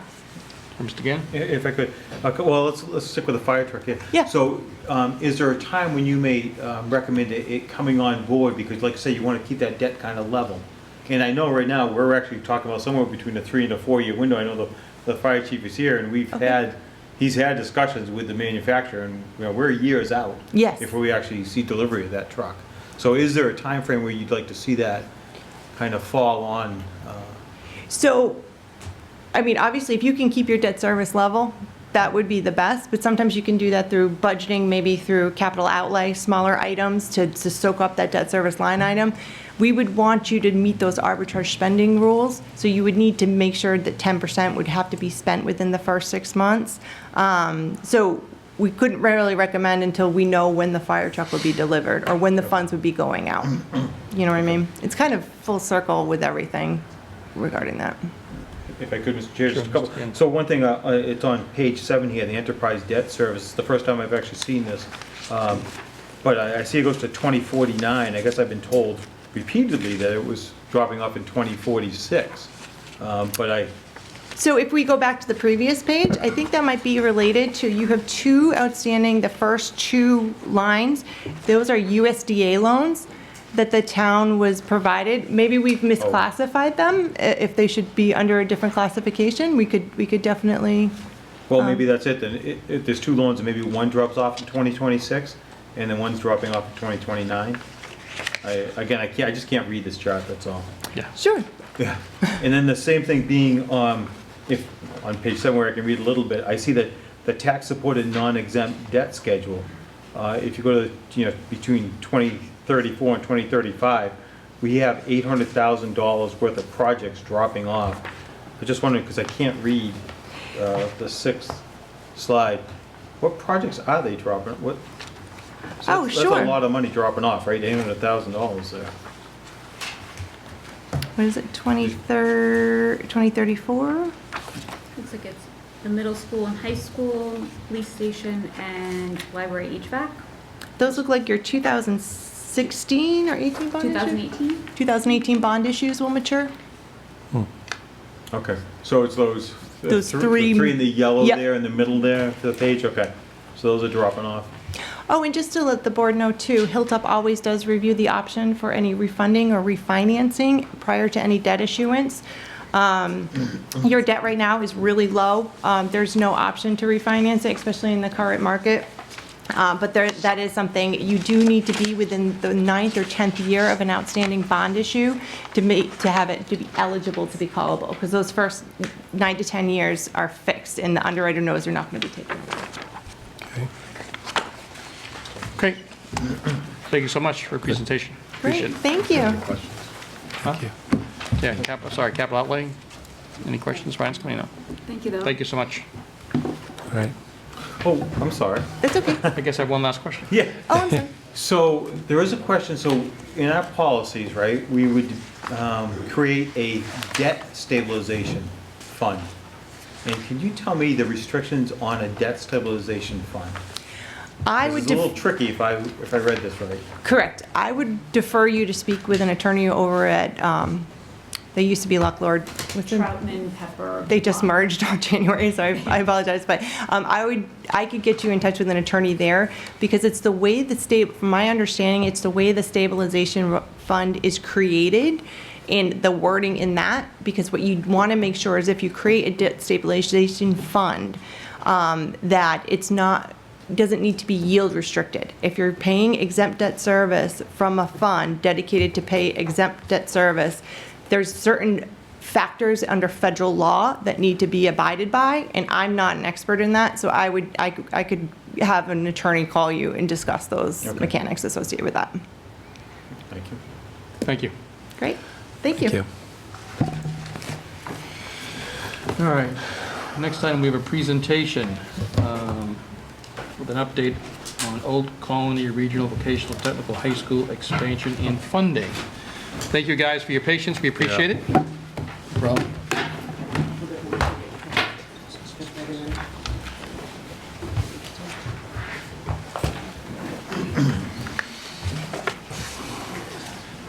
Just please state your name and organization. Aaron Polanski, Superintendent Director, Old Colony Regional Vocational Technical High School. Hi, I'm Walter Hartley with PMA Consultants. We're the owner's project manager for Old Colony. Bobby Williams from HMFH, we're the architects for the project. And Chad Crittenden with PMA Consultants, Owner's Project Manager. Thank you.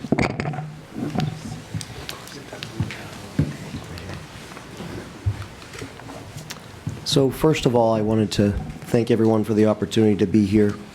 For those who are familiar, we are entering the schematic design phase of our MSBA journey. And on our building committee, we have several members of our member towns represented. Beth Solger, Mark Townsend, and Maureen Townsend from the town of Carver.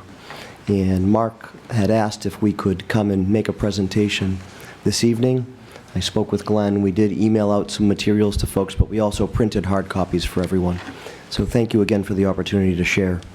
Having the members of our town municipalities participate in the building committee has allowed a conduit that we thought was very important throughout the process, and this will further serve that purpose. The project vision, which we hope is truly a source of pride, is that Old Colony will provide students and staff with an educational setting that will foster opportunities for integrated vocational and academic learning in a modernized facility designed to maximize student voice, independence, and exploration. In addition, we will provide appropriate spaces for differentiated instruction and remediation for all students through the use of a design to best serve the specialized needs of the multitude of learners within our community. We aspire really to update a building that was created in 1975 to create an unorthodox and unconventional learning space that will elicit curiosity, passion, and a desire for students and staff to maximize the educational experience and spark their imaginations. In simple terms, we want students to be excited about learning and to find relevance in the work that they do. Next slide. So charting the course, our goal tonight is to help folks understand the current state of Old Colony, to provide an in-depth overview of our current state and future plans, to provide an overview and timelines as it pertains to the MSBA grant program, and to answer questions pertaining to our vision moving forward to protect the investment of our 5 member communities. Old Colony opened our doors in 1975, and we're housed within our original structure. We have limitations, and we need to expand in order to provide eligible students with their preference for vocational education. Many of our current systems have surpassed their useful life. You'll see a number of slides in this presentation that will be available on our website. I won't spend a large amount of time on all those slides. I'll try to get to the nitty-gritty, which I know everyone is really interested in, and that's what's happening currently. A building relatively unchanged from the 1970s really doesn't serve the needs associated with our current day vocational education. We would like to expand our Chapter 74 offerings in the areas of plumbing, HVAC, and dental assisting in alignment with labor market needs. This will create additional opportunities for students and further demands on our footprint. Demands for quality vocational technical training is at an all-time high. We currently receive over 300 applications for about 140 to 150 slots every year. Old Colony aspires to provide vocational training beyond the traditional school day in collaboration with workforce partners to support economic development. Equipment upgrades and appropriate space are a necessary component for this to work. In May of 2021, we submitted a statement of interest to the MSBA. In May of 2022, we were invited into the eligibility period. In spring of 2024, our 5 member towns voted to incur debt for the purposes of supporting our feasibility study. Each town is supporting a portion of the $500,000 debt. Old Colony is contributing another $500,000 from stabilization to cover a total cost of $1 million. Our building committee, comprised of representation from each of our towns, explored the costs of renovation, new construction, or a combination of both through a series of 37 initial scenarios with varied enrollments. After thoughtful review by the building committee and an endorsement from the school committee, a decision was made to explore new construction for an enrollment of 776 students.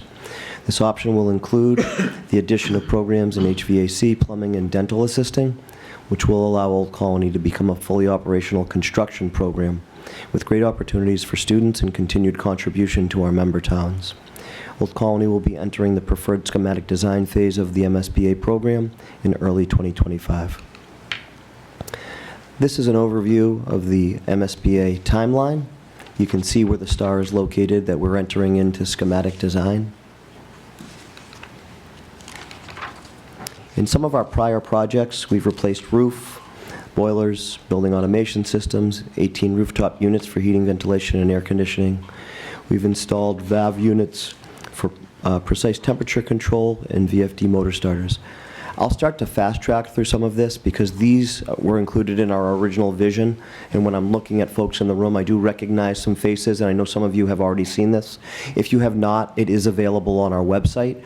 We have an MSBA tab on our website where you can view everything in live time so that people can stay up to date. And so these are just some of the pieces that you would see in our antiquated building. We had a multitude of programs contribute to the redesign of our lobby. This was an in-house grant-funded project. So we're doing what we can with what we have. Again, that was grant-funded. But you can see the makeover. What used to look like a Brady Bunch photograph is now a modernized lobby.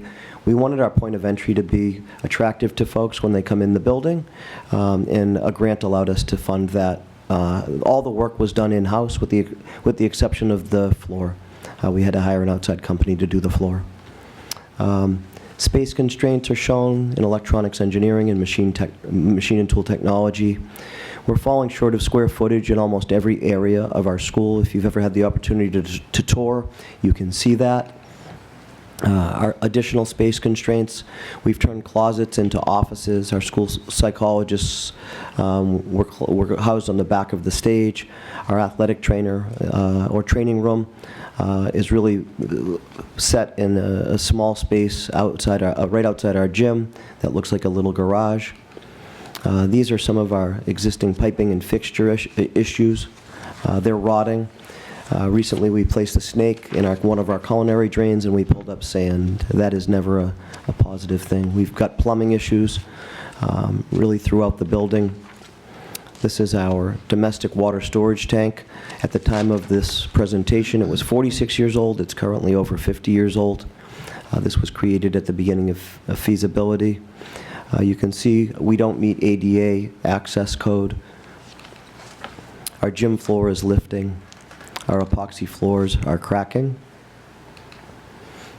These are lifted rugs, some of which have been replaced. It had to be done. We're really trying to weigh heavily upon any decisions that require repair, only because we don't want to duplicate efforts or waste monies. Climate control is an issue. Certain shops require certain climate control. You can see the server room was a closet. Our servers are now remote. The building exterior and asphalt has become an issue. Our windows, we're struggling with some weathering issues. Masonry is cracking. Parking lots and storm drainage is an issue. And now to the nitty-gritty. This is just a show of our enrollment trends, and you can see the yellow circle. We had prepared this a few weeks ago, but that was our December tracking, and we're on track to exceed the 300 applications we're talking about, and that trend has continued for nearly 10 years. People have really shown a sincere interest in what it is we offer and what it is we do. For those who have had an opportunity to visit, we hope that you feel the warmth and the care when you walk into our building. It is really well maintained, but there are some things that are beyond our control. The one thing I will say is that we do a lot with what we have. We have a wonderful group of teachers and educators and a wonderful group of students, and we're extremely proud of that. We'd like to continue to support them to the best of our ability. I'll turn this over to Bobby Williams from HMFH. Thank you, Gary.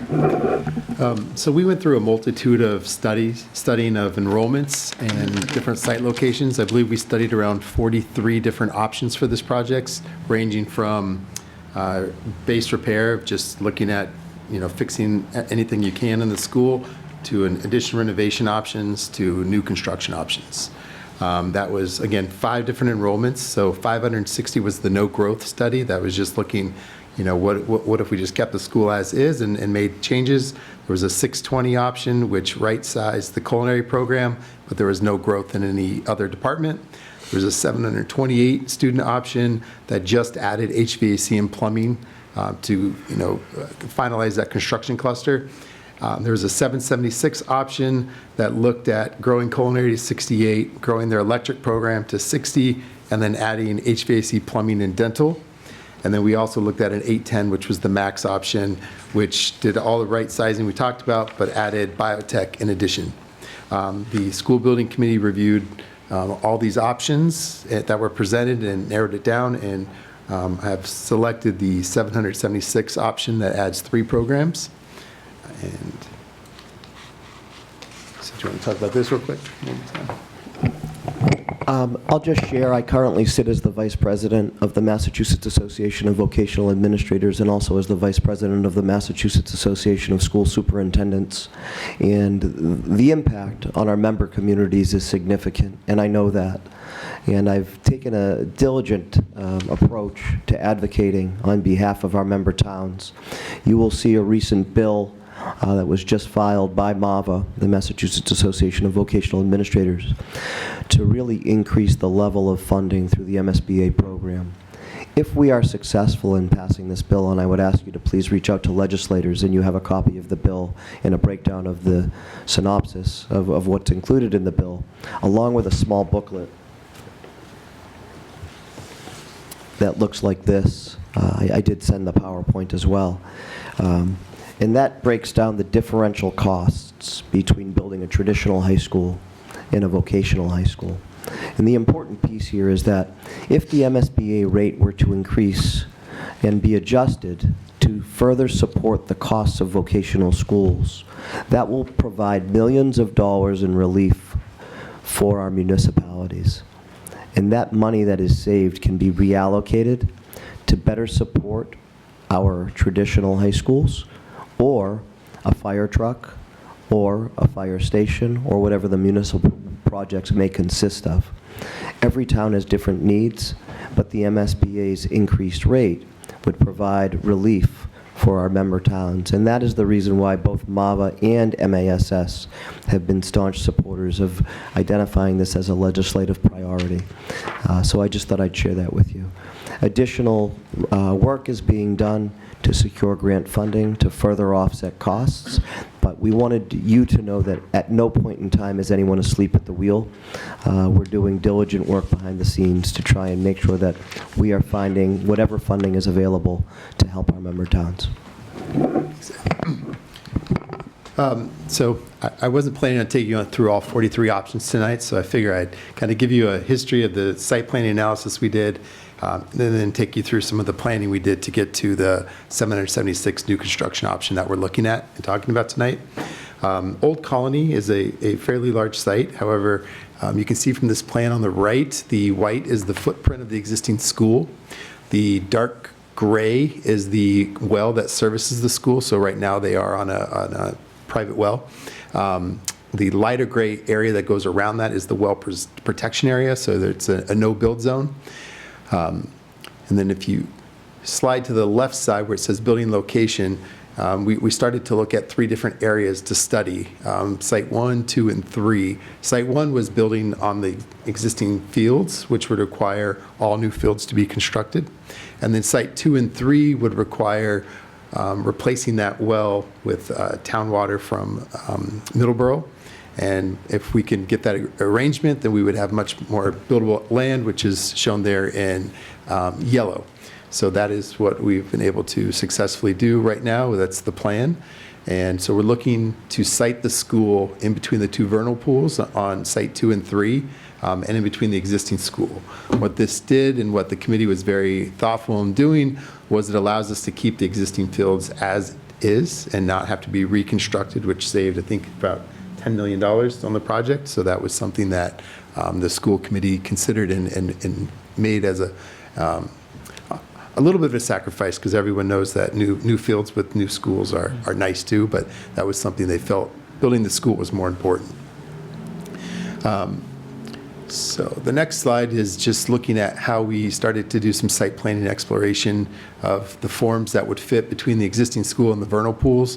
We study the sun to make sure that we orient classrooms as much north-south as possible so we can control glare and the sun coming into the rooms.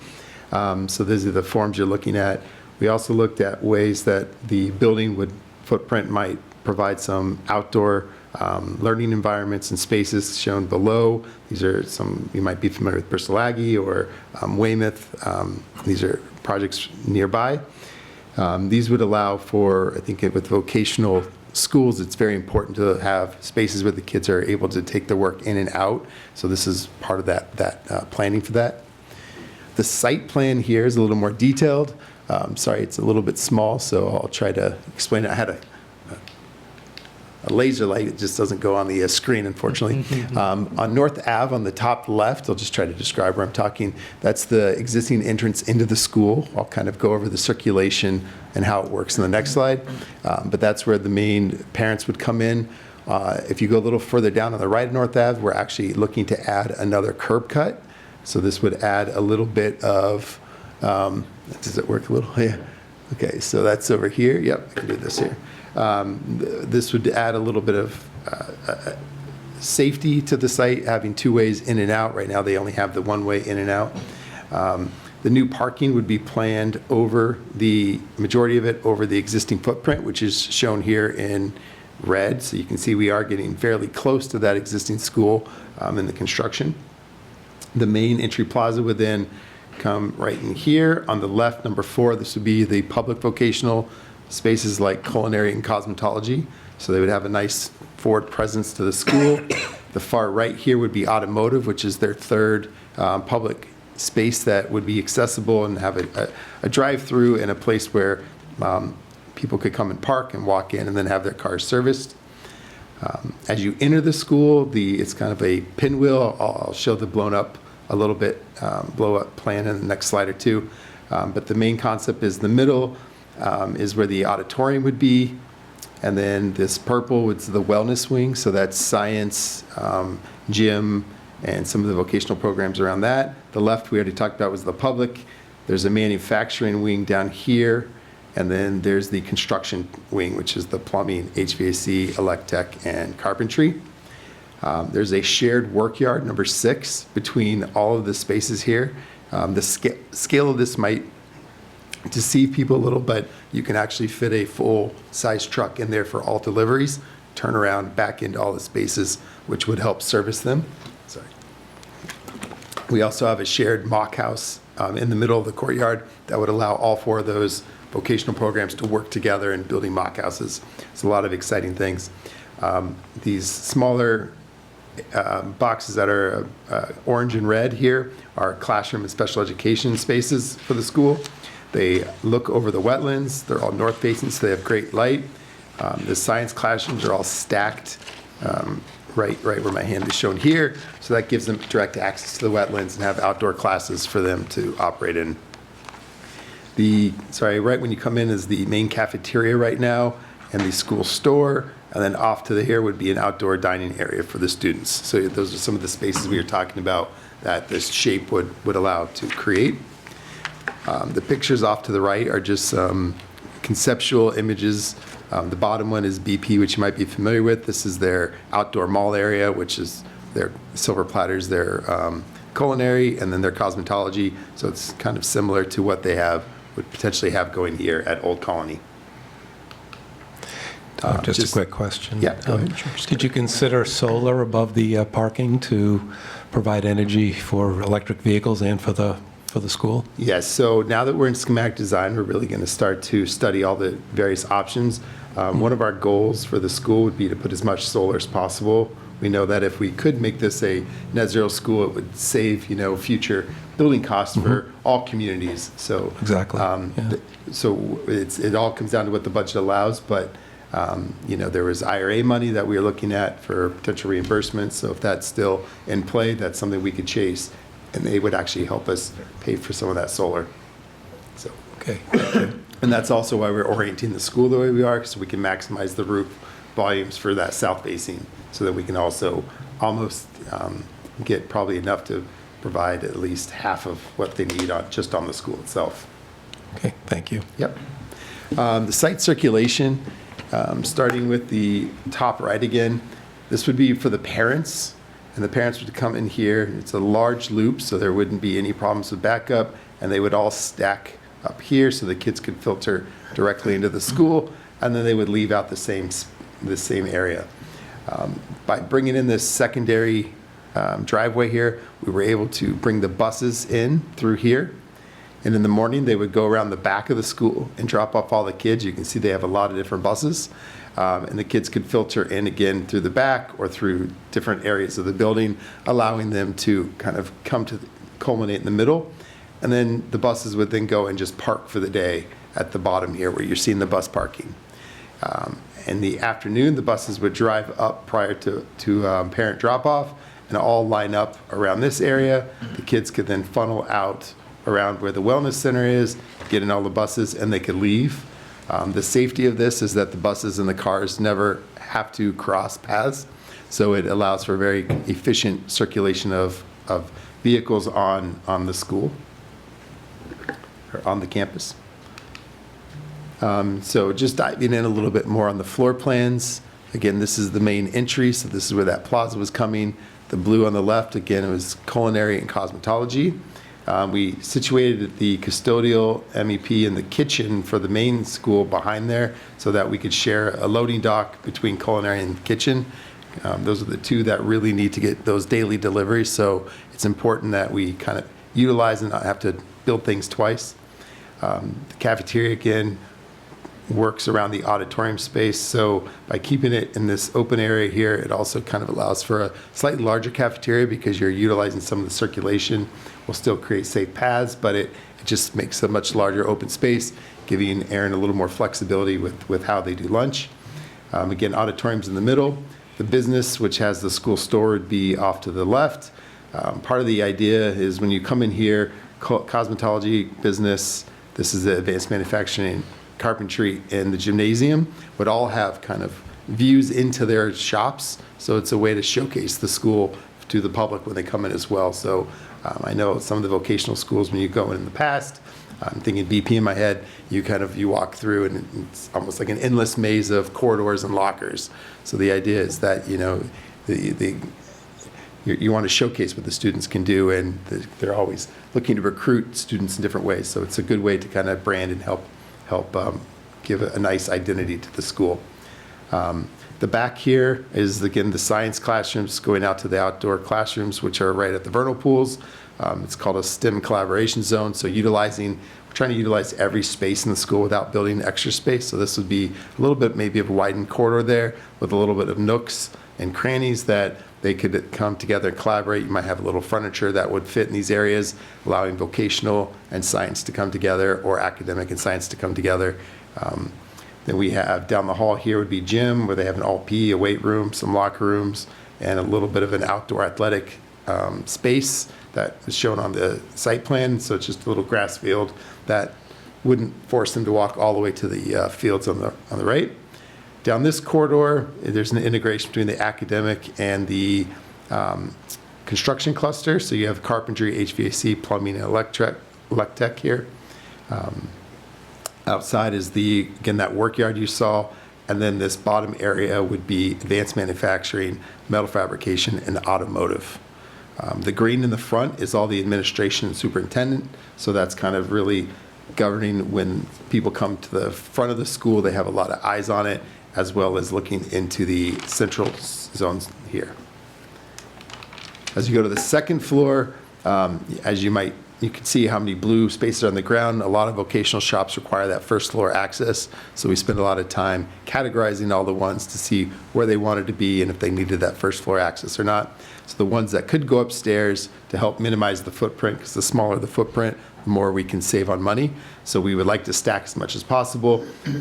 So we brought as many of the spaces up that we could, which was dental, health career, graphics, computer science, electronics, and drafting, and then also the media centers upstairs.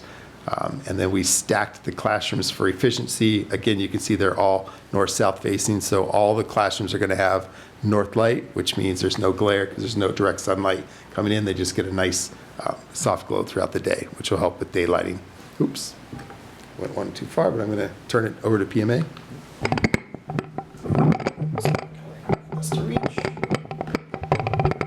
Good evening, Chad Crittenden, PMA Consultants. Around a decade ago, we were sitting here in the same room with many of the same people here, working on the elementary school up the street.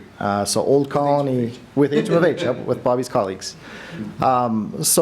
Since the Carver Elementary School, we've completed lots of K through 12 projects. We pride ourselves on our ability to come up with creative ways to always redefine what a school could and should cost in Massachusetts. You can see the blip there. That's right on the MSBA's landing page. They plot out every single project that they do. And then we've dropped our logo and HMFH where we've partnered up on some of the projects that we've done over the years, actually all the projects that we've done over the years. And you can see that we're consistently delivering some of the lowest cost schools in the MSBA's pipeline. Our goal is to do the same over at Old Colony, always being mindful of the community's tax dollars. Always coming up with creative ideas to reduce the cost of the project at the end of the day. And even from beyond the date that the project authorization happens, our goal is to still come in at a number below that. So looking to Old Colony's costs, again, a lot has changed in the past decade. Houses cost more, cars cost more, everything costs more, right? It is quite a bit of a larger building, but as we did with the Carver Elementary School, we ran cost scenarios for each of the 3 dozen plus alternatives. The MSBA makes us study a base repair option. In this chart, it's indicated on the far left.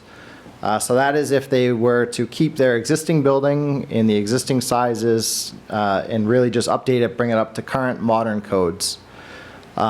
It would not serve the educational programming needs of the district. It doesn't address their enrollment challenges with the number of applications they receive versus the number of spaces. It doesn't really do anything for their shops, which are vastly undersized. But even just to do that repair effort, the independent third-party estimator put that cost at $134 million. So on the right, you see 7 other options. So these were the finalists, so to speak, at the preferred solution stage. The one in color there is the one that was ultimately selected. So we carried 2 addition renovation options forward and then 5 new construction options forward. Those 5 new construction options are all sort of the same flavor of project. It's just for different building sizes for the different enrollment options that the MSBA permitted them to study. So the one shaded is the 776 student enrollment. It adds those 3 programs. The district share, which would be split across all member communities, the 5 member communities, right now is estimated at $154 million in the MSBA grant amount. With everything as it stands today, would be $126 million. That doesn't factor in any of the initiatives that are happening at the state level to potentially increase that funding. If you have a chance to read through the bill, I think it seeks an additional up to 20%, which certainly puts a big dent in that district share projection. We're at the concept level right now. We don't have full design, so we are still a few months away. Once we get to August, we're going to go to the next level of detail in the estimates. Right now, the estimators haven't seen anything really tangible nuts and bolts to do a takeoff on. So they're kind of concept level pricing. They have some information. They know it's a 2-story building. They know the building size. They know the programs. They know the general materials. But they don't actually have schematic level drawings. So our goal at each step of the process with Old Colony, as it was here in Carver, is to try and drill that cost down to the extent that is possible. I think that about covers costs. I'll let Walter talk to the timeline, and then we can jump back to answer any questions. Can you just, one quick, before you go further, the comparison you just showed us, the total cost is $154 million and MSBA is 126, so it's 82% reimbursement rate? Am I looking at that right? So with the MSBA, the way they calculate their reimbursement rate is still the same. The incentive points have changed a little bit. The reimbursement rate for Old Colony is 59.41%, which is targeted. But remember, the MSBA in their program only reimburses on eligible project costs, and they have a whole bunch of caps within that. Caps could range anywhere from moving costs to potentially utility charges, wastewater treatment plant, private water supply, any of the off-site work to pull that water line in from Middleborough. All those costs are factored into that district share projection that you see up on the screen. So that would explain the delta between the almost 60% reimbursement rate and the figures that you see up on the screen. Similar for Carver. Carver total project cost was $52 million. The MSBA grant amount was 25 and change, I believe, even though your reimbursement rate was also 59.4. Your reimbursement rate was nearly identical. Thank you.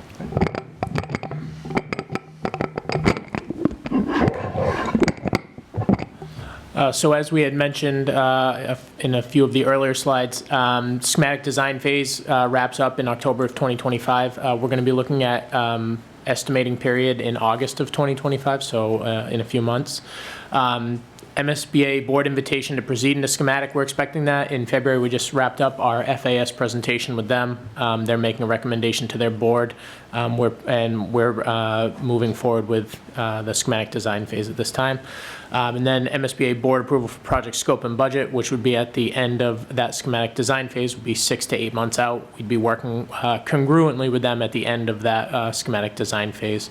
Local project funding authorization would need to be obtained within 120 days of the project scope and budget board approval. That's per the MSBA feasibility study agreement that Old Colony entered into at the eligibility phase. And then following all of those steps, the timeline would look very similar to what occurred in Carver for the elementary school. Design development, and then 3 submissions during the construction documents phase, the 60% design, the 90%, and then the 100% that go out to bid. That would be a 10 to 12 month phase. Followed by a construction phase of roughly 24 to 36 months. That would include a initial phase of building of the new building, and then demolition of the existing and a portion of the parking needing to be constructed. That's really the highlights of the timeline in the MSBA program.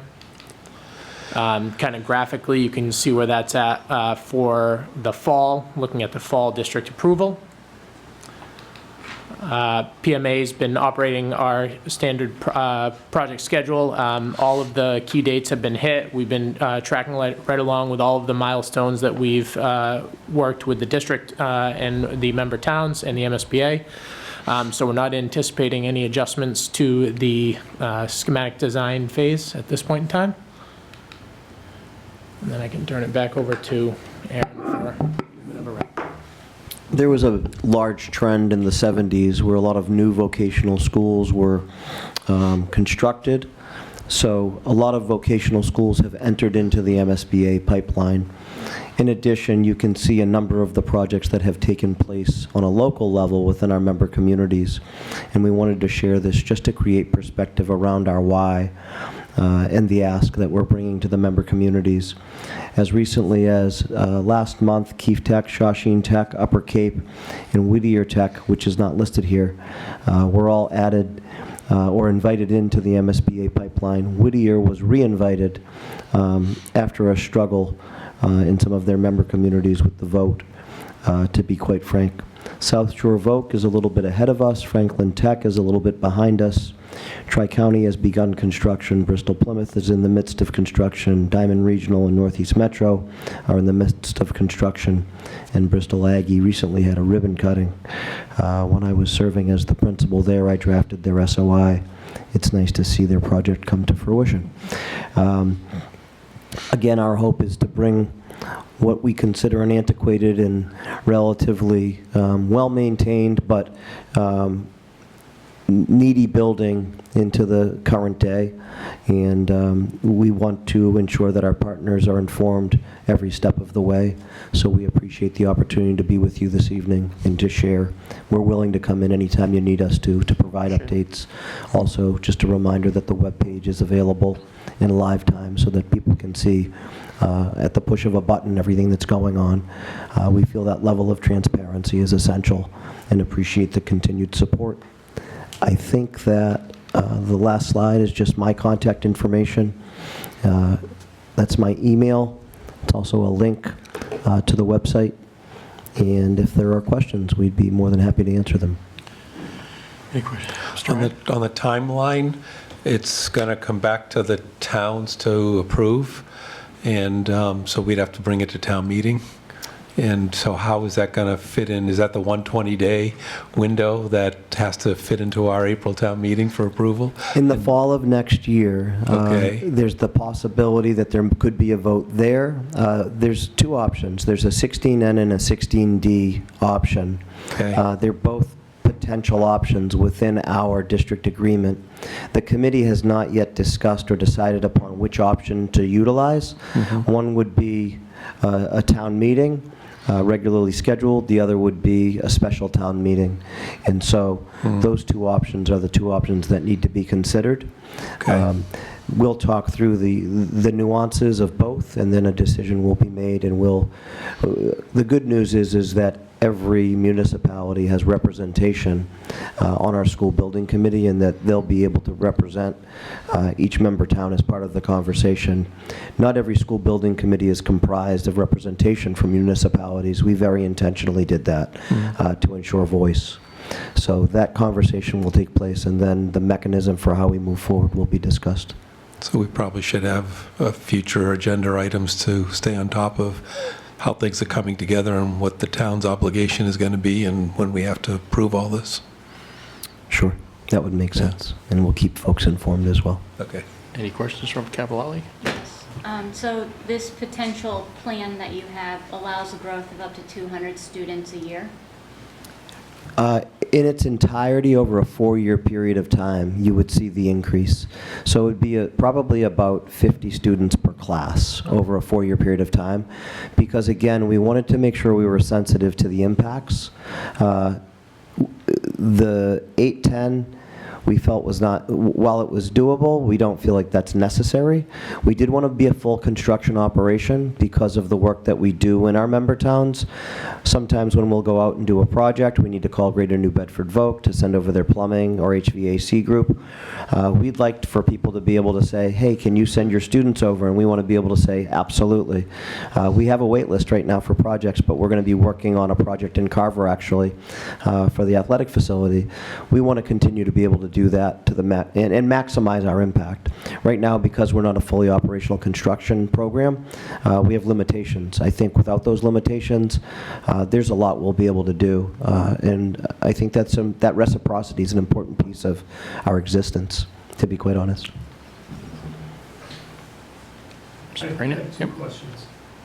Based on the bar graph that showed what the cost was going to be, I know it's not finalized. Is the cost is it split out evenly to the towns, or is it going to be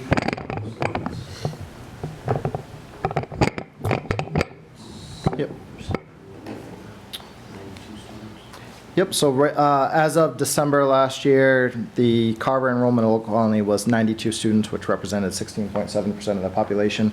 The way the regional agreement reads, 90% of the cost of the capital project is based upon the actual enrollment at Old Colony, and the other 10% is based upon what we call foundation enrollment. So that is every member community's K through 12 total enrollment.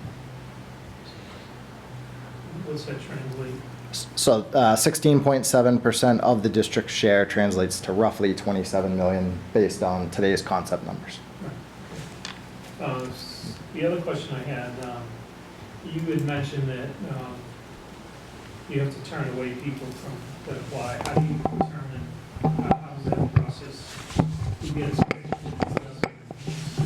obviously this will help, because we have 200 students, but Right now, the formula that's used is a combination.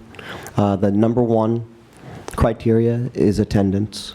So that's the highest piece of the score, because you can't teach vocational education remotely, and we need attendance in order for students to be successful. Also, employers require good attendance, and so we want to capitalize on that as an emphasis.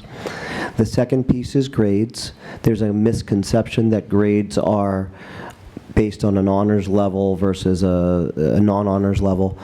An A is an A is an A. So a B is a B is a B, no matter what classes you're enrolled in. So as long as a student is making a concerted effort academically, those scores typically fall in their favor. The third piece is a guidance counselor recommendation.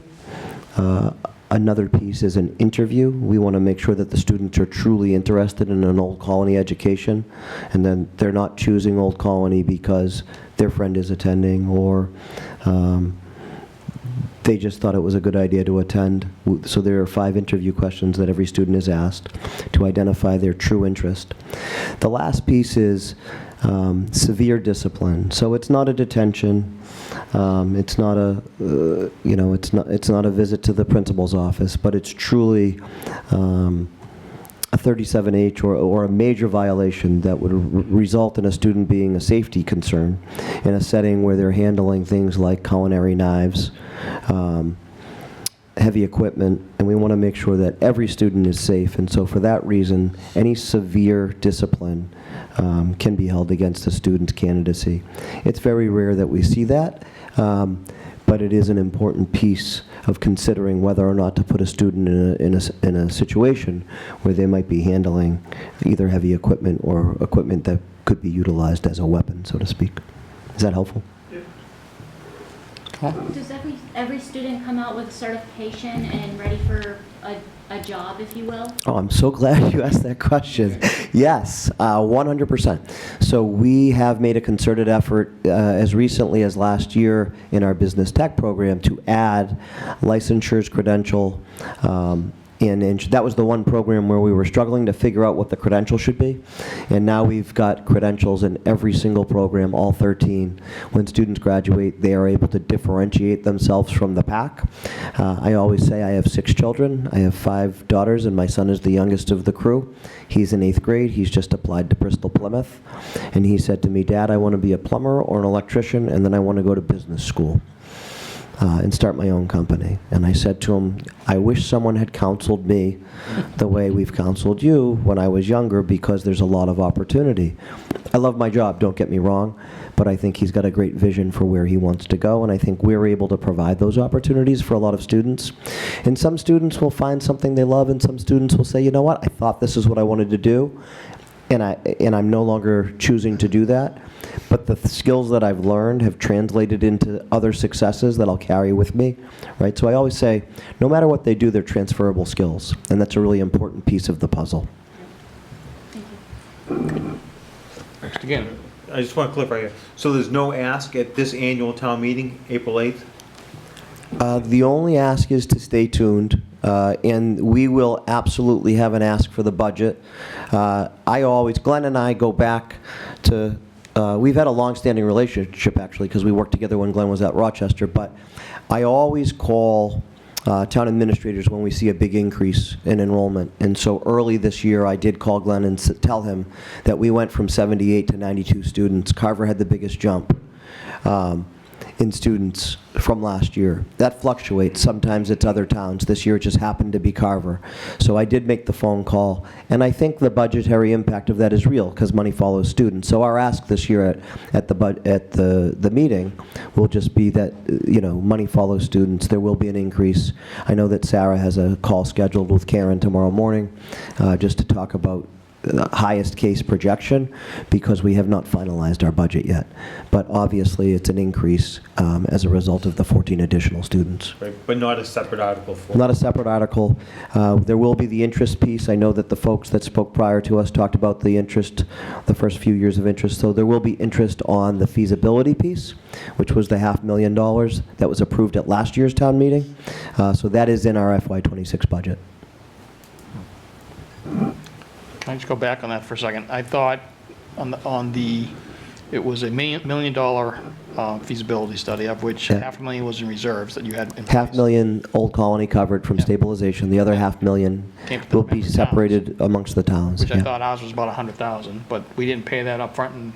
And nothing's paid up front. It was it was just identified, and then what we'll do is that will be included in the budgetary breakdown. All right. Any other questions? Nope. Thank you so much, and we will be inviting you back for updates down the road. Wonderful. Thanks for having us. We appreciate it. Thank you. Thank you. There are extra handouts here. Would you like me to leave them for anyone who may like a copy? Sure. All right, great.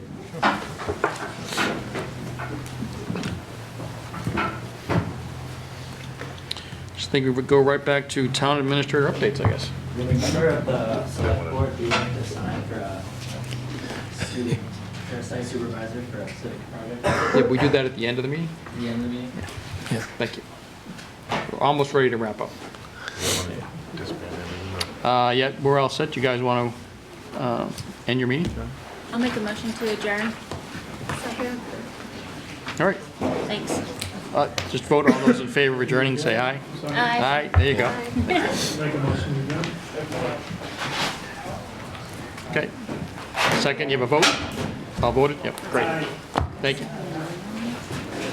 It's unanimous. Thank you, guys. Thanks for having us. Thank you. Thank you. Glad you could come by.